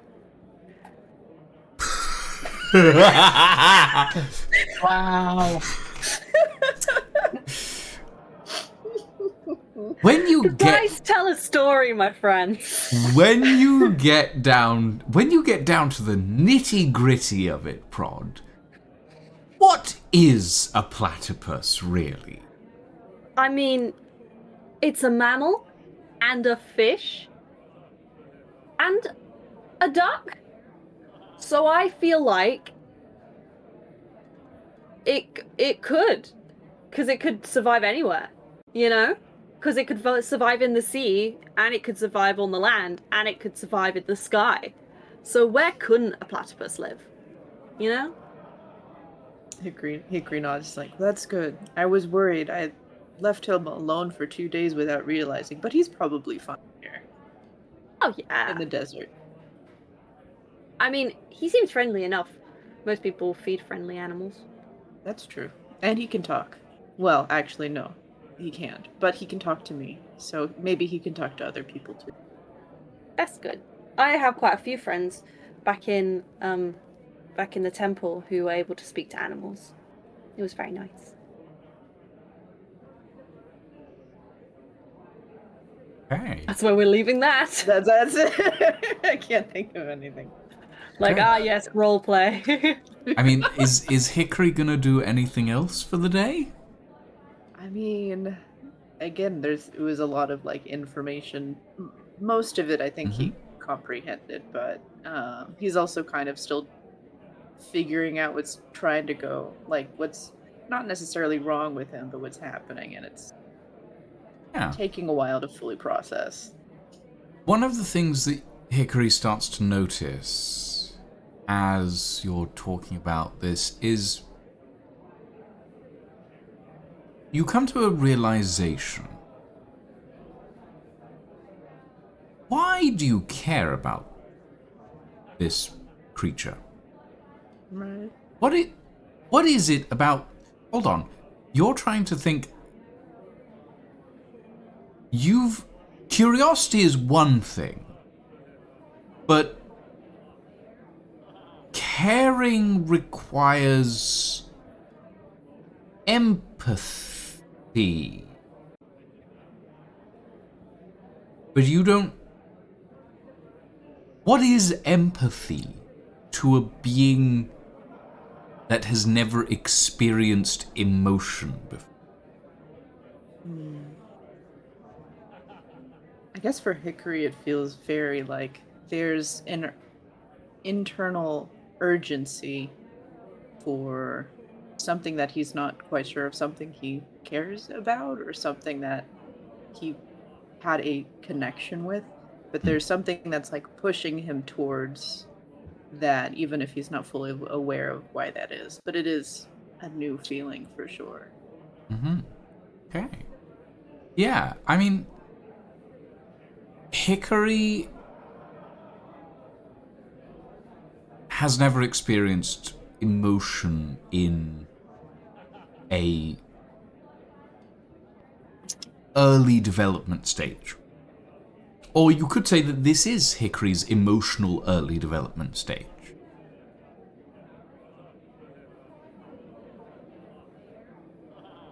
In this situation, what is Hickory's most prominent... Excuse me. Yes? No, sorry, I sneezed. Oh. What is Hickory's most prominent desire at this stage? I think he's still trying to figure that out. A lot of what's happening he is vaguely concerned about, but it also feels very like he's kind of a tag along, and it doesn't really involve him beyond him wanting to know what happens, and vague but not full concern for the people that he's with, but still enjoying your company and wanting to be along for the ride. So I think right now his desire is like something that might not be known to him like yet. Enjoyment is new. That's another thought that occurs to you as you're thinking about this. You've never happiness. What is happiness to a mechanical being?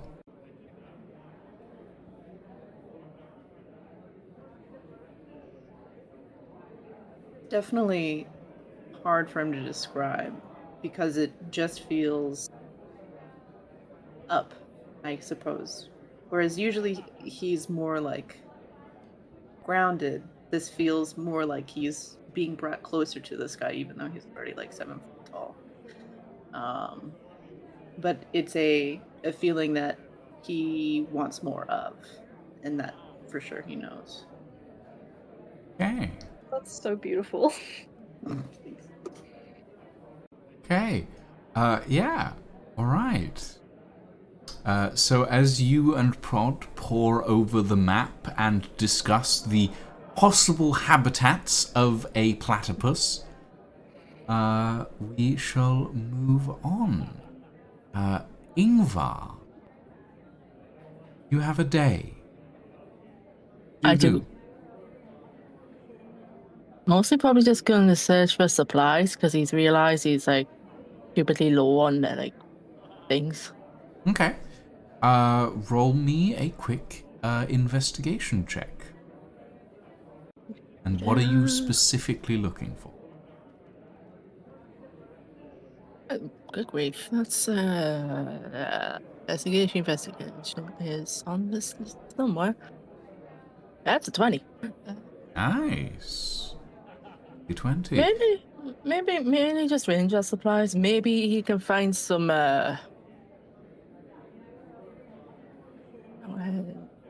like he's got the arrowheads. Maybe something to help make the obsidian arrowheads into actual arrows. So some crafting materials. Okay. Yeah, pretty much like arrows or crafting. Just yeah. Yeah. You walk along into the bazaar. There's people shouting, selling wares. There's stalls all over the place.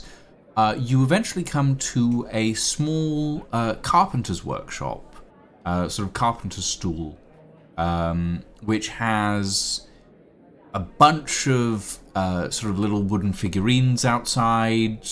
There's a couple of sort of ladders and step stools and all of this sort of thing. And this wizened old gnomish figure who's sort of standing on a stool behind the stall table, looks up at you and goes, "Ah, friend, come, tell me, what can I do for you today? I'm sorry, I'm sorry, I need to, where are my glasses?" He pulls out this massive pair of, like, bottle glass curved spectacles that he puts on that are like 3 inches thick, and puts them on and goes, "Ah, I can see you better now, young man. What can I do for you? A ranger, are you? Do you need a new bow? Something to spice up your accommodations, perhaps?" He gives him like just a small. He gives him a smile and goes, "Hi there. Yes, I indeed am a ranger. I'm not particularly needing a new bow per se, but I'm looking for supplies for said bow. I'm looking for either arrows or arrow shaft, maybe some just general crafting stuff." Arrow shafts. Well, I can definitely do arrow shafts. What type would you be thinking of? We have ash, we have oak, we have mahogany, we have rosewood shafts. There's quite a selection that I can make you. You know, I do like the sound of mahogany. Mahogany shafts. Quite heavy arrows, I will say, but they do add an extra kick when you want to make sure someone stays down. I like the sound of that. Wonderful. How many do you need? He just kind of pats his pocket for a moment and pulls out the small bag of arrowheads. I would say 20 should. I've got 20 arrowheads here. 20, we can do 20. All right. Give me one moment. And he, so this gnomish figure hops off this stool, heads over to this corner, grabs a large chunk of this sort of mahogany log, carries it over to the other side of the stool, and puts it on this weird mechanical contraption. Puts it on this sort of circular table, presses a couple of buttons, and you watch as a few small pillars slowly slide into place. A few seconds pass, nothing happens, then light bursts forth from this pillar and starts chopping this wood into specific pieces, and all of these mechanical pieces drop away. The log splits into 20 similar-sized slices. He grabs them all with his arms, pulls up, gets it off the table, and then drops all of this wood into another machine that has these giant rollers in it, that slowly churns through and pops out 20 mahogany arrow shafts, properly rounded and properly cut to size. He takes them out, says, "Do you want these varnished or do you just want them plain?" Varnish sounds very nice. Varnished, all right. He toddles over to a large vat in the back of the stall, drops all of these arrow shafts into it, and pushes another button, and this gnomish engineering mechanism just starts picking up each arrow shaft and painting it with varnish and then hanging it on a little rack to the side. And he turns to you and says, that'll be about 15 gold pieces, and it'll be ready in about 2.5 hours. You need to give the varnish time to dry. Unfortunately, I haven't managed to make that any faster. Oh, that's absolutely perfectly fine. And he drops the 15 gold on the Thank you very much. Appreciate doing business with you. Pop by in a couple of hours and we'll have all that wrapped up and ready for you. Do you need any other pieces for your arrows? Any tips, feathering, flights, that sort of thing? I've got the tips. I've got some obsidian arrow tips I've fashioned myself. I am looking for some feathers though, if you happen to have any. I don't sell feathers personally, but I do know that there's a mattress merchant about 2 stalls down, 3 across, who should have some spare feathers? Spare feathers, yes. Spare feathers.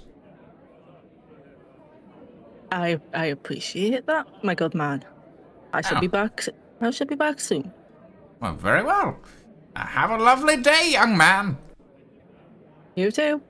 And he kind of heads off and wanders off in the direction he was told. Okay. You pop round the corner, a couple of stalls down, you see a stall that has been covered in sort of various fabrics and rugs, and on the inside is a man who is laboriously sewing the edge of a mattress up. And he looks up at you and goes, ugh, hi! I am terribly sorry. What can I do for you today? Welcome to Marlborough Mattress. I'm terribly sorry. I'm allergic to feathers. What can I do for you? That's a very interesting profession he's picked if he's allergic to feathers. Hi there, I'm sorry to bother you. One of the other vendors pointed me in this direction. Seeing you, I'm just wondering do you happen to have some spare feathers I could perhaps purchase? Yes, probably. What kind of feathers are you looking for? We have a chicken. We have a duck. We have a rock, quite expensive rock feathers, but they're apparently very firm mattress rock feathers make. Very big. You can get a couple of mattresses out of a couple of rock feathers. Big of these bloody feathers, good lord. I don't think rock would be quite what I'm looking for, but I do like the sound of perhaps duck feathers. Duck, we can do. We can do duck. Yes. How many would you need? We have, and he sort of goes back to the sort of back of the stall. You see these big bags of different types of feathers and different fillings for mattresses. There's even just a pile of straw in the corner for like the cheap mattresses.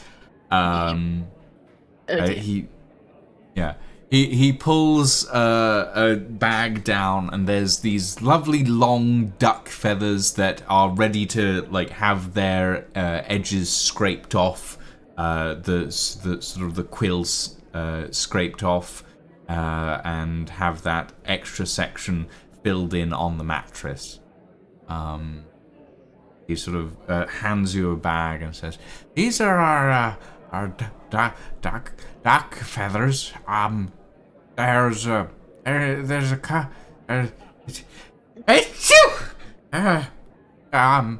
yes, duck. Yes, duck.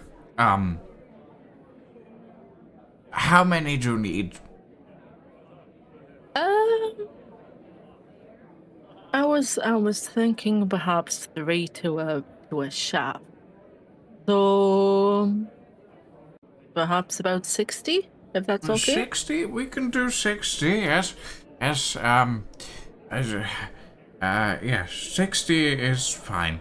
Let me just get you a bag. You don't want to be carrying feathers in your hands. He totters over, grabs this sort of little cloth bag, starts getting handfuls of feathers, putting them in sort of rough counts. That's about 60 to 70. Here you are.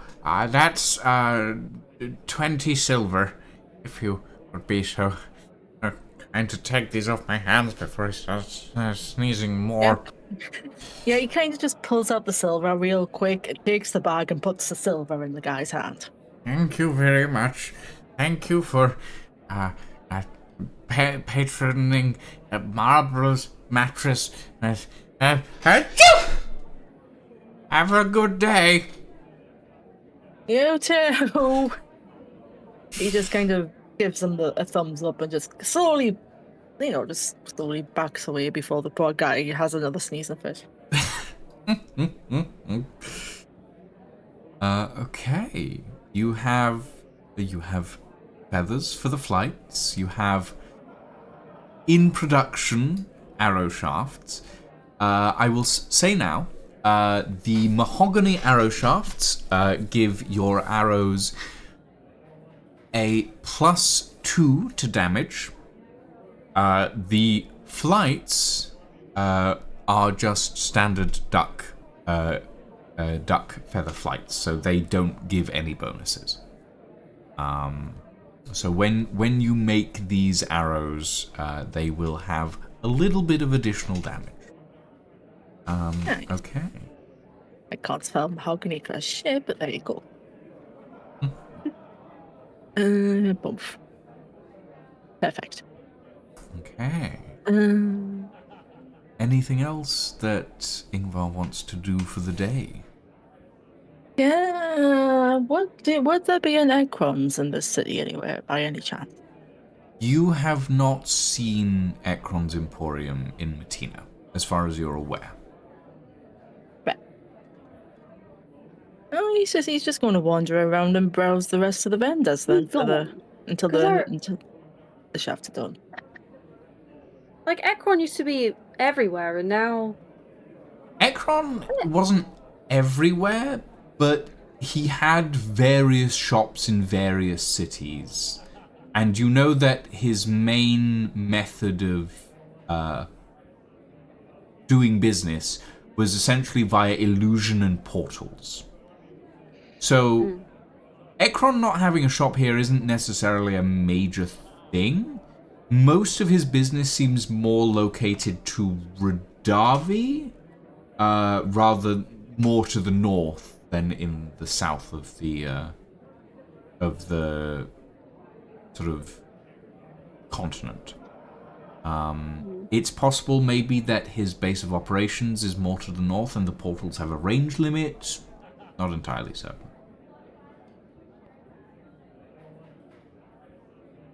Fair enough. I just felt like he was our bestie. I mean, you can always go back north. No. But Just no. it's not on me to make you. Like you guys have stuff to do in the north, but you can do what you like. We've got stuff to do everywhere. Yeah, you do. And I'm not going to stop you from doing it. I'm just going to gently guide you to what events are happening around you. You know? Yes. Okay. Well, is there any vendors that has just straight up ready-made arrows? Mainly just yes, but not enchanted. No. Well, Yeah. I've got unenchanted arrows, so that's fine. Yeah. Like enchanted arrows are a bit more of a rarity. And while they are around, most of the time, as soon as you've arrived in a city, you've bought the stock that they have. Fair. Yeah. Okay. So, Darren, what are you doing for your last day in Matina? I am mainly sitting on the roof of the tavern watching the sun go down. Because it's a nice view, and it's warm and then cool in a pleasant way, and the rock beneath my scales feels warm for longer. And I am just nursing a flagon, more or less, staring off into the far distance. And I'm going to cast a Well, I am going to cast Major Image. Okay. Just to kind of just do like a two-dimensional view of some things I'm just trying to process for the most part. Okay. What things would these be? Just kind of a lot of my life, Hmm. which I imagine is the point where Prod steps in. Yeah. Okay. Oh, hi. Oh, hey, You all buddy. wrapped up in town? Been following around Hickory. They seem to really care for a platypus. Do you think platypuses can fly? I don't know what a platypus is, I Prod. think they can live in the sky, right? I imagine most things can temporarily. Yeah. That's what I was saying. Hmm. What's this? I point towards the image. That is when we encountered a pod of bullets in a mine. Um, we lost somebody that day. Never did go back for their body, but I don't know if there's be much of it left anyways. This is when we fought a whole bunch of gigantic wolves on an icy field, which was very difficult to get any kind of traction on. Mm. This is my 18th, I think, birthday. Aw. It wasn't fun. Um, my brothers all got like little short swords, like wooden ones, and my sisters and I all got new dollies. Things were already becoming kind of clear at that point. Yeah. Mostly, I'm just kind of going over everything that led me to where I am currently, which. Do you know how I felt ever since you told me about resculpting? Yes. I'm sorry that I caused you so much pain, but I think you needed it, right? I can't deny I'm a little bit mad at you about that, but I don't really hold it against you. I mean, it's pretty clear it wasn't really your fault that I didn't know anything about it at the time.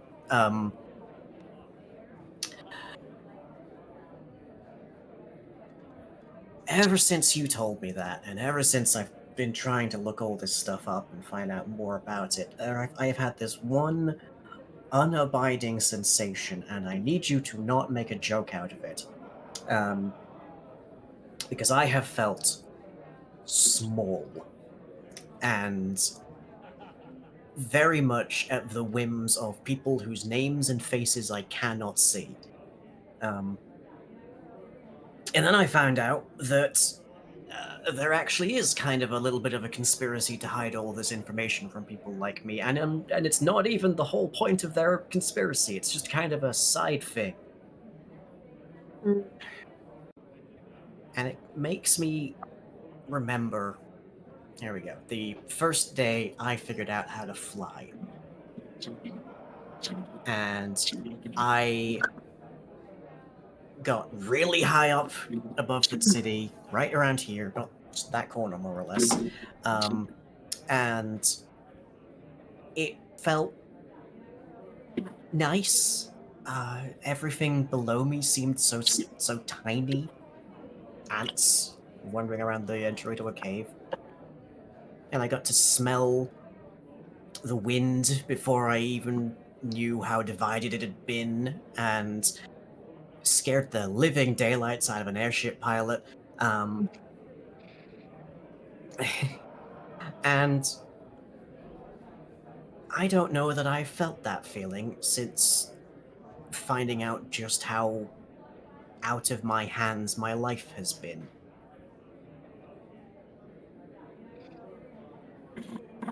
And I have maybe this chance now where I could help anybody else remotely like me. And it turns out I'm part of a whole community of people like me. And in the same breath almost, I find out that there's probably a whole group of people who are going to do everything in their power to stop me from even trying. And I'm not really sure what to do with that. There are people, there will always be people in this world that don't like us. There's many people in this world that don't like me. And I know that that's hard and horrendous. Because it is horrendous. It is the worst. But the fact is you were asleep to it for a long time. You knew something was wrong in your bones. And you resculpted before you knew what resculpting was. That takes so much fucking cleverness and bravery and an intense amount of love for yourself, more intense than any hatred, no matter how quiet or loud it was. And I can tell that you want to change things. And you have that love, not just for yourself, but for everyone else who's like you. And isn't that just wonderful? Your love will defeat the machinations, the hate, the greed. Because it already has. Maybe. Maybe one day. The world Right will not now- love you. Right now, though, I think... Right now, I think it might take a dragon. It might take a dragon. Don't get too excited. It might take a dragon. I don't think it'll take the dragon the way you have. Oh my.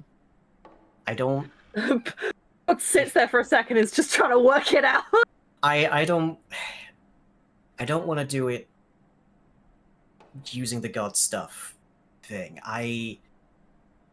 I feel like I've done everything by the grit of my teeth this entire way through, and I can see that just right across these images. Every single step of this has been the hard way. And it kind of feels like it would be letting somebody else control me once again to just say, oh, I'll chug this down, do a few things to make a god happy with me, and they'll have it done. So I don't think I want to do it that way. But I'm kind of coming around to the idea that there would be a point to it.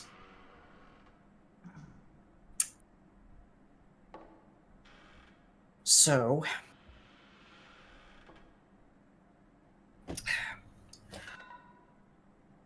I'm gonna go see a djinn about a dragon, I guess.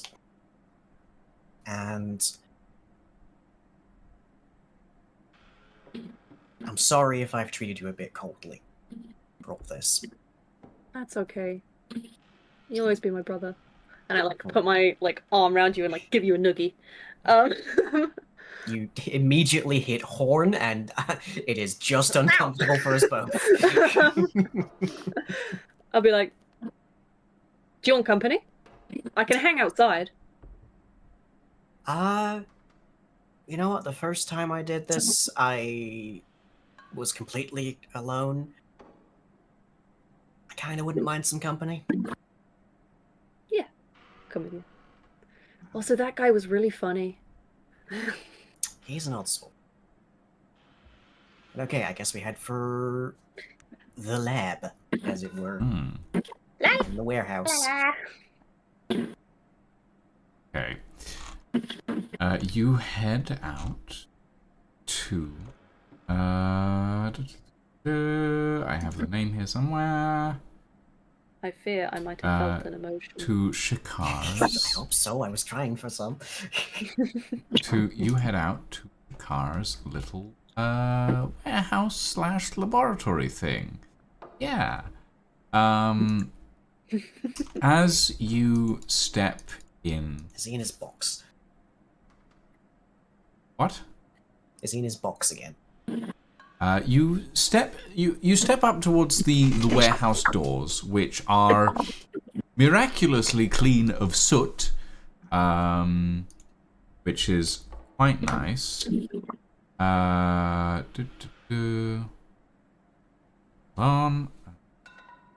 Quickly grab mini. Where is the mini? Show me the mini. Show me the mini. And that's why we're friends. There we go. Suppose this will do. Oh, he's out. As you step into the warehouse, Shakar turns towards you. Sort of, the first time you saw him, like with the box on his belt, he was kind of nude from the waist up. There was nothing really there from the waist down, but he was nude from the waist up. Same. His red skin on display. Now he's wearing this large sort of orange waistcoat that's opened at the front. Still relatively undressed, shall we say. But he's also wearing his beard in sort of a short, trim fashion. His hair is still wildly unkempt. But he turns towards you as you enter in and says, "Ah, my friend! Come in, welcome. I've been cleaning the place up."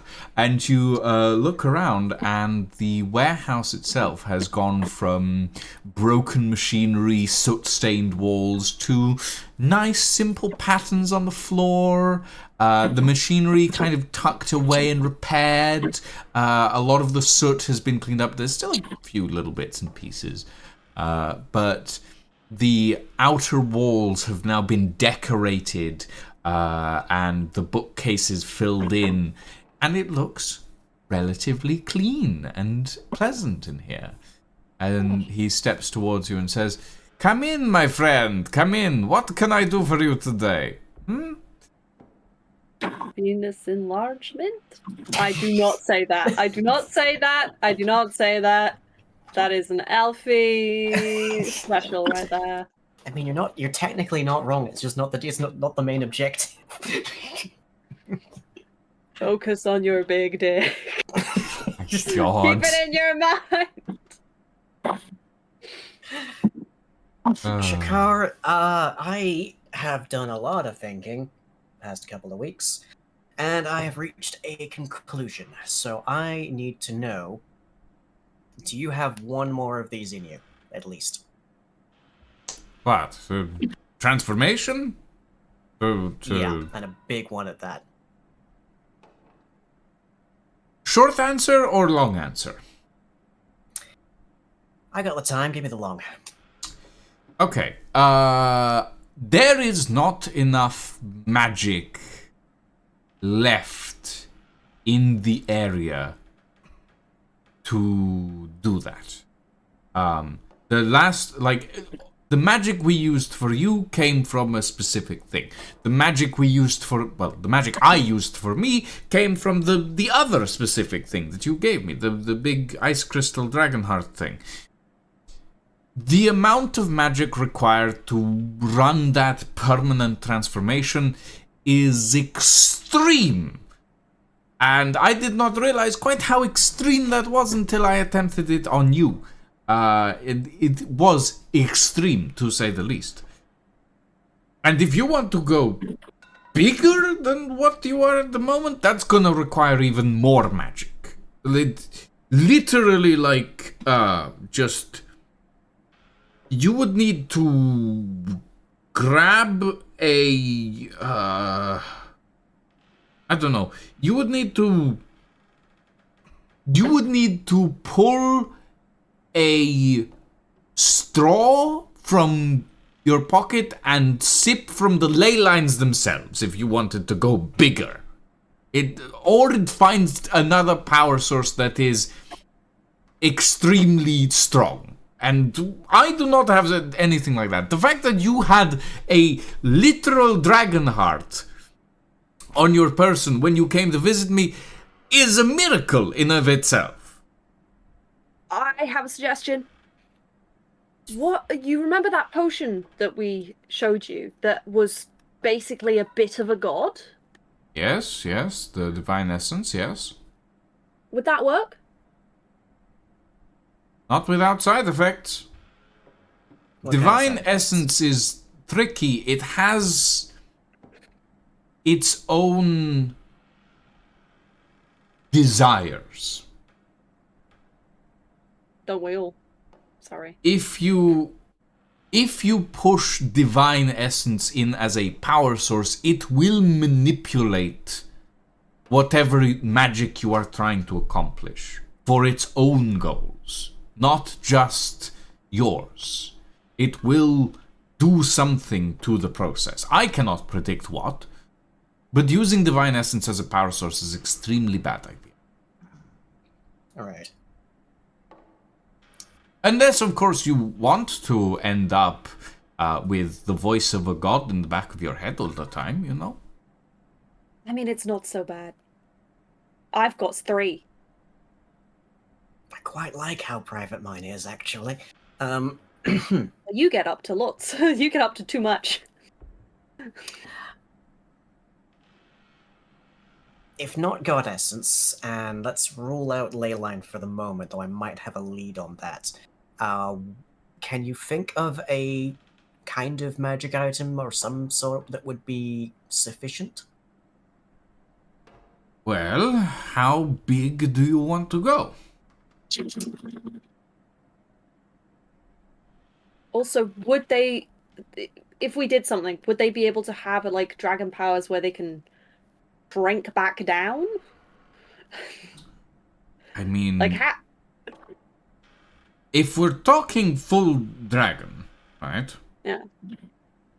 The magic required to infuse that much change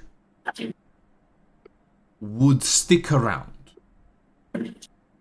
for a very long time. And a dragon's mass, the bigger the dragon gets, the more magic and other essences that can be accumulated, that can be used as a power source to do other things. That's why the dragon heart is such a powerful thing, is because it has that ridiculous amount of magic inside it, and it can be used as a casting focus. So, yes, it is theoretically possible that you could cast a polymorph spell on the dragon form and get smaller. Theoretically. None of this is tested science. Or arcana, for that matter.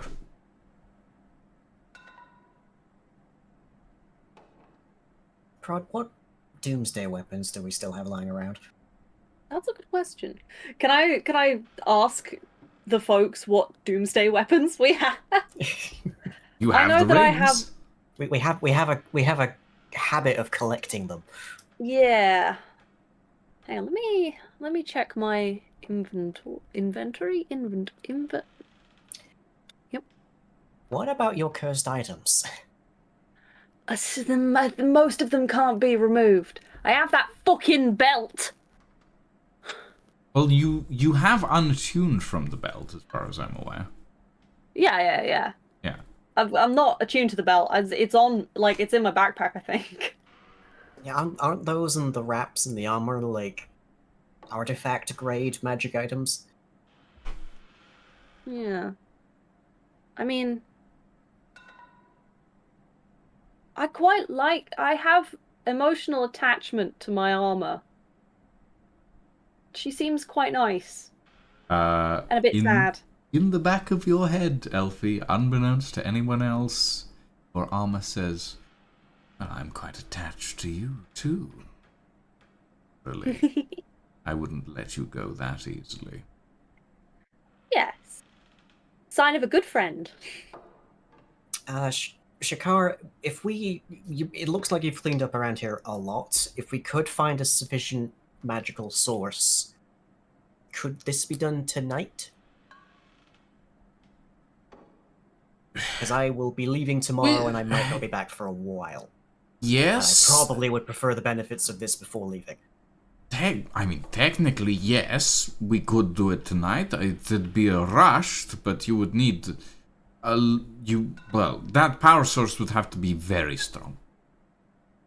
What about like a really powerful wizard? Probably not. Like even very powerful wizards are still kind of weak in comparison to the Dragonheart that your friend here gave me to do this.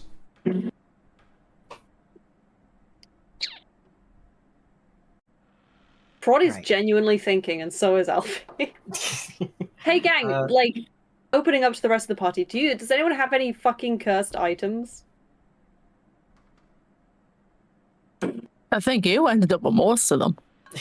Any big, powerful, dangerous things that we've just kind of... Ooh! The library has that, like, stock of stolen artifacts, right? Yeah. Well, wouldn't one probably be a really powerful magical item? That feels like something the library would do. The scroll of animation probably is.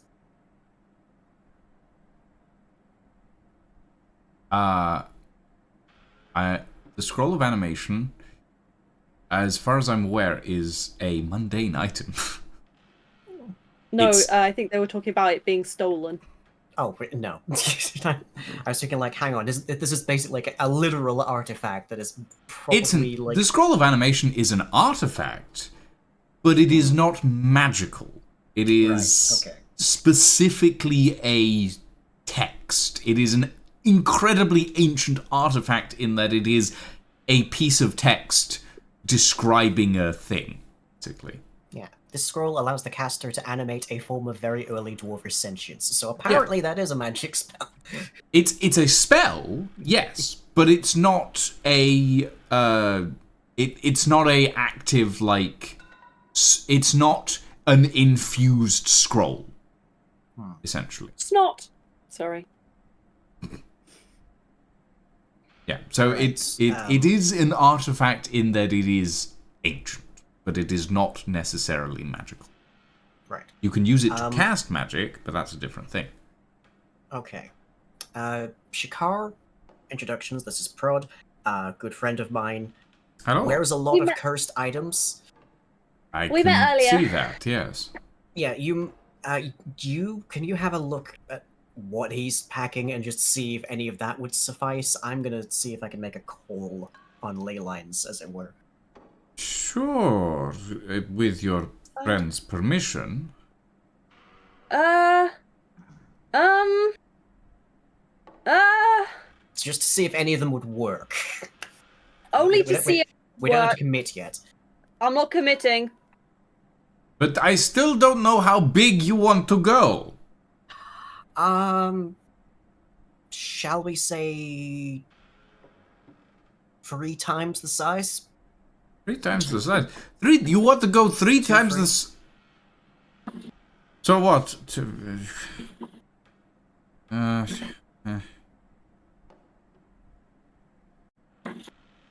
20 feet? 20 feet long. You want to be a dragon 20 feet long? For larger, but under the circumstances, I'll take that. 20 feet long is pretty damn big already. You know that, right? Okay, hold on. You, come here. Come here. Let me see what is going on here. Shikar is going to quickly do an Arcana check on you, Prawn. Or on your armor, specifically. I like T-pose, be like, check me up, boss. We did this in She adds PE. a +5 to this.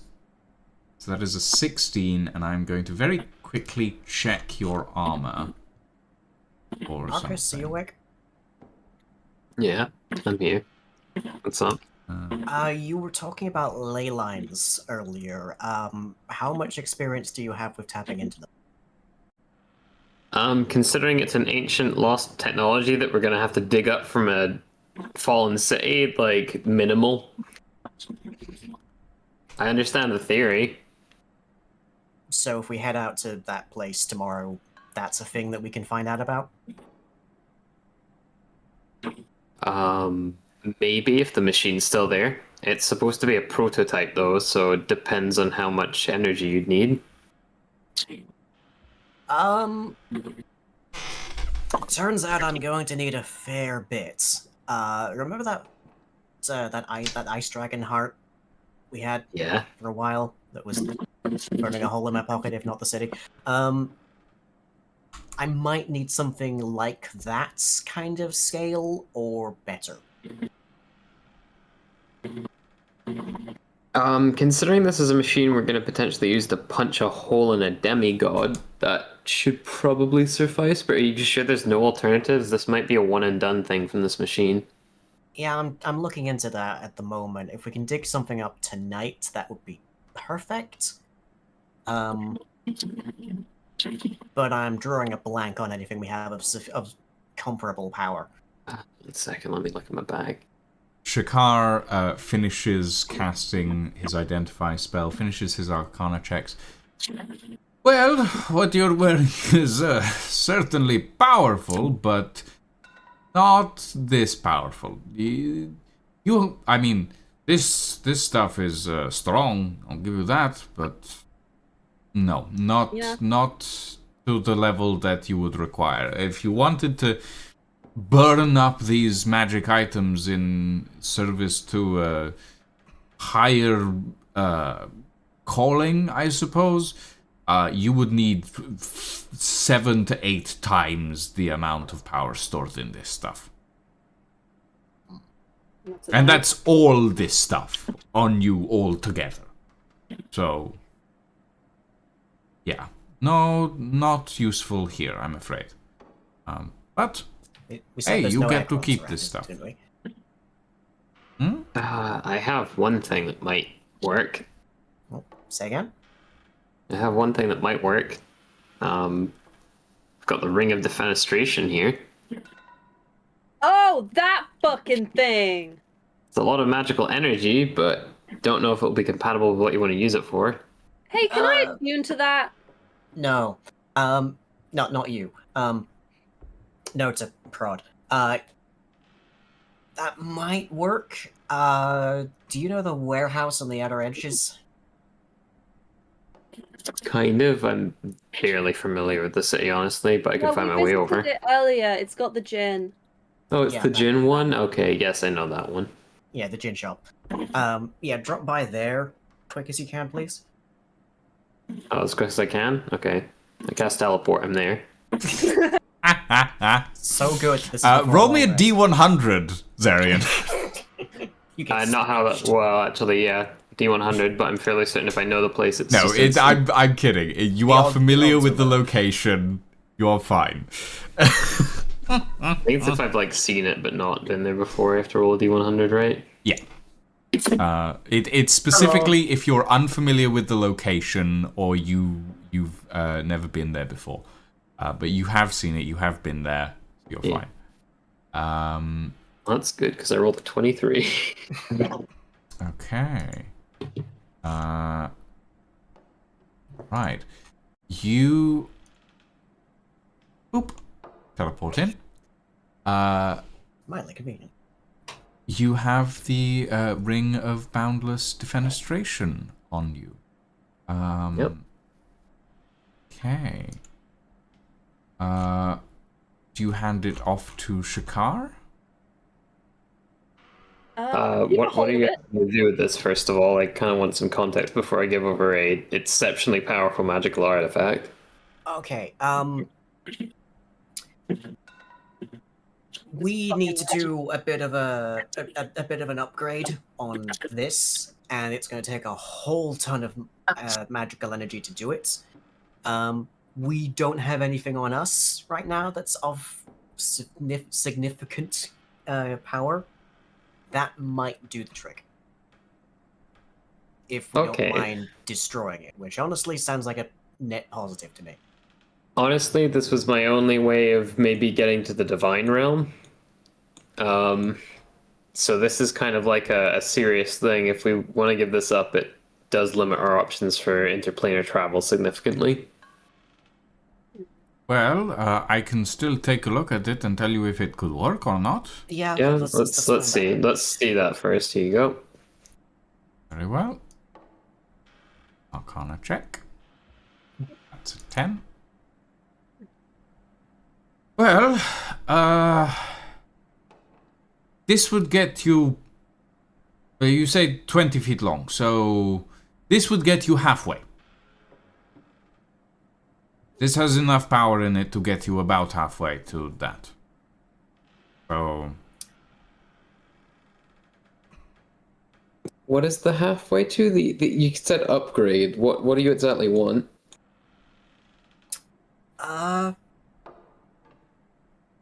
Dragonhood, I guess. I mean, can we do some dragon affirming care in the meanwhile? Like, I feel like we can get some enlarge reduce stuff going on in the bazaar, maybe, if that helps. No, No, I think I already asked about that.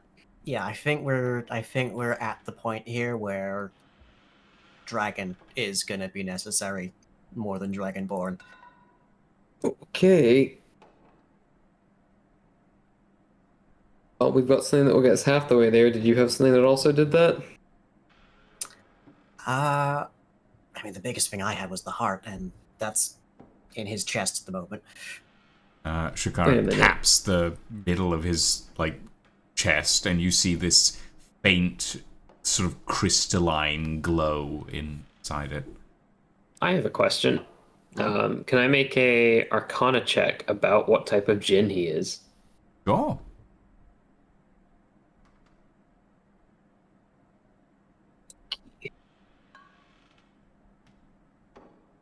Go, my dice.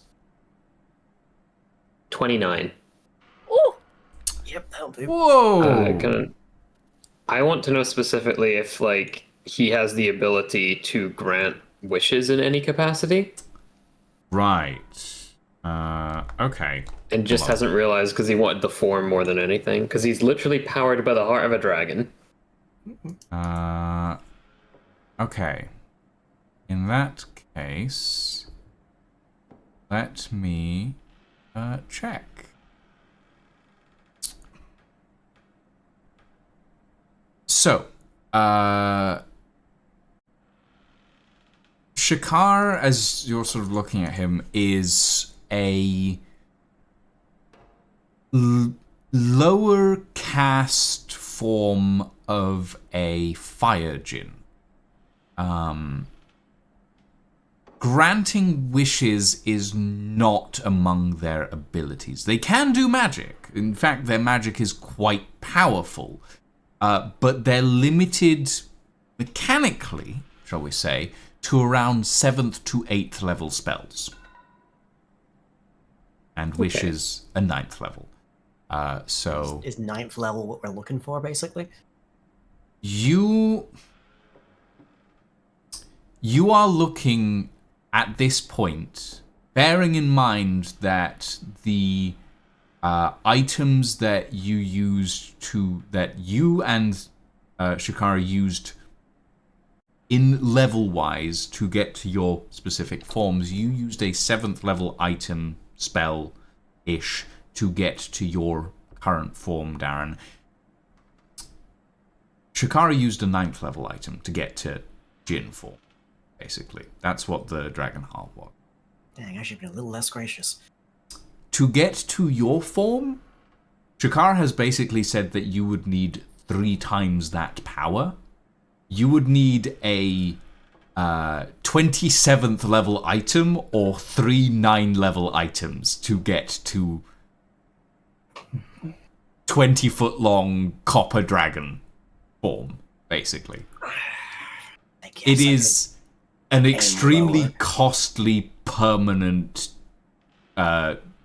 transformation, basically. I mean, is 10 feet... I could grow into it, I guess. 10 We feet. started at 10 feet. 10 feet would put you at adolescent, basically. 20 feet would put you at adult. You at adolescent What's dragon. one more puberty? I've already been through it twice. At adolescent dragon, you would essentially have the equivalent statistics of a young dragon. So relatively weak. Still maybe But still a stronger than dragon.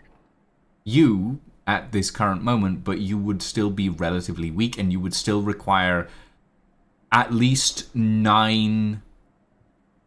You would require at least a 9th level spell and a 5th level spell combined to do that. It's still an expensive transformation. I'm just telling you the facts here. Like, that's mechanically how I've designed this system. Transforming stuff permanently to the point where it doesn't revert if the magic is dispelled is costly.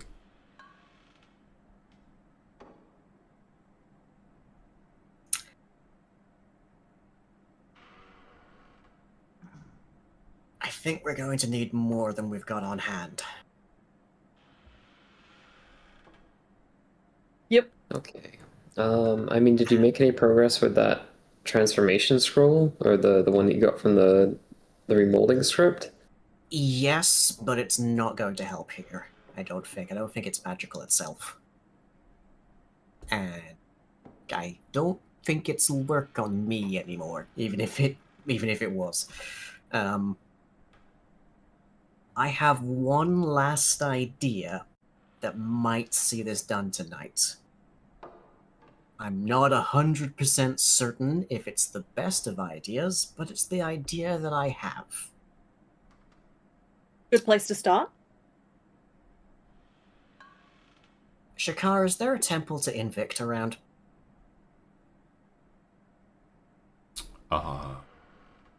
Yes, there is a... Well, there is a... It's not really a temple, it's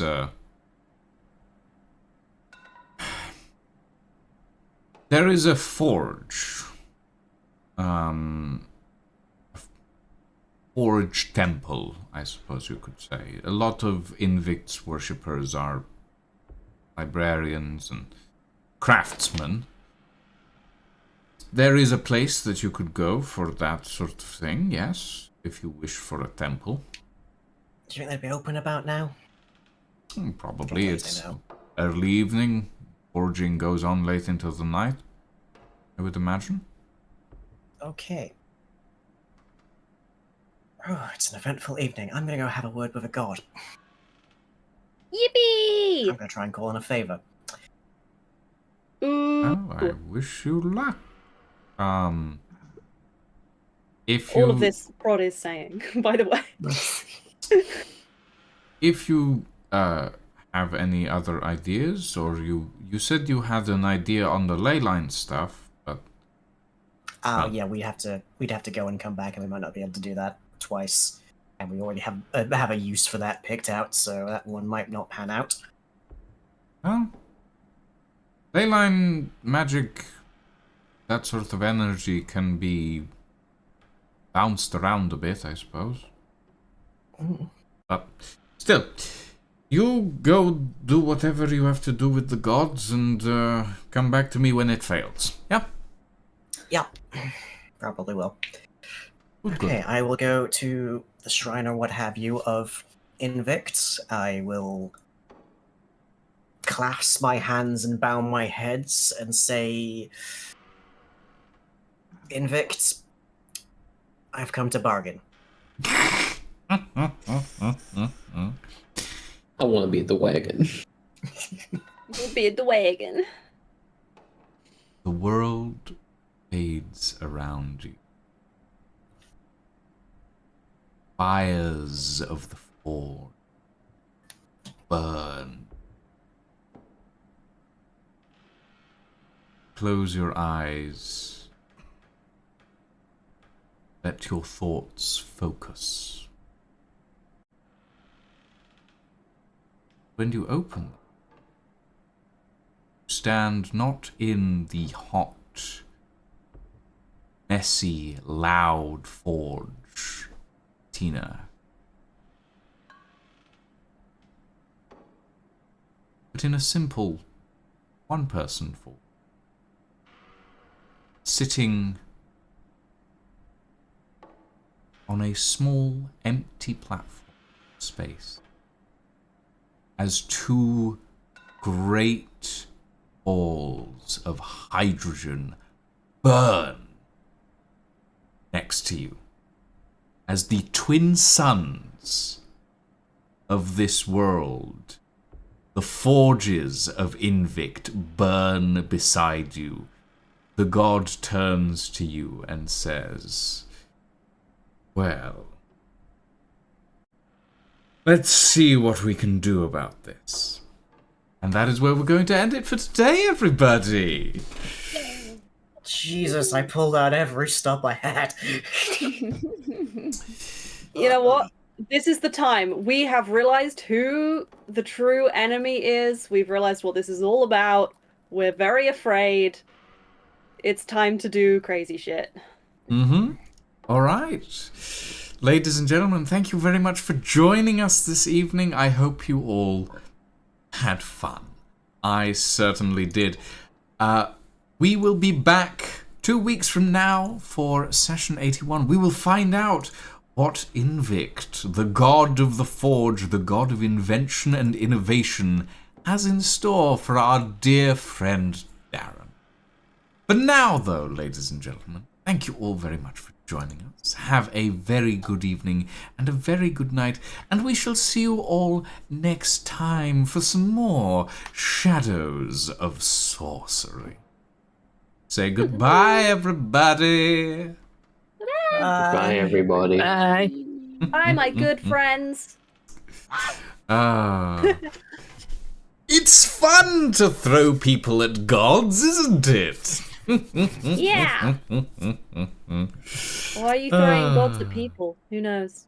Not I.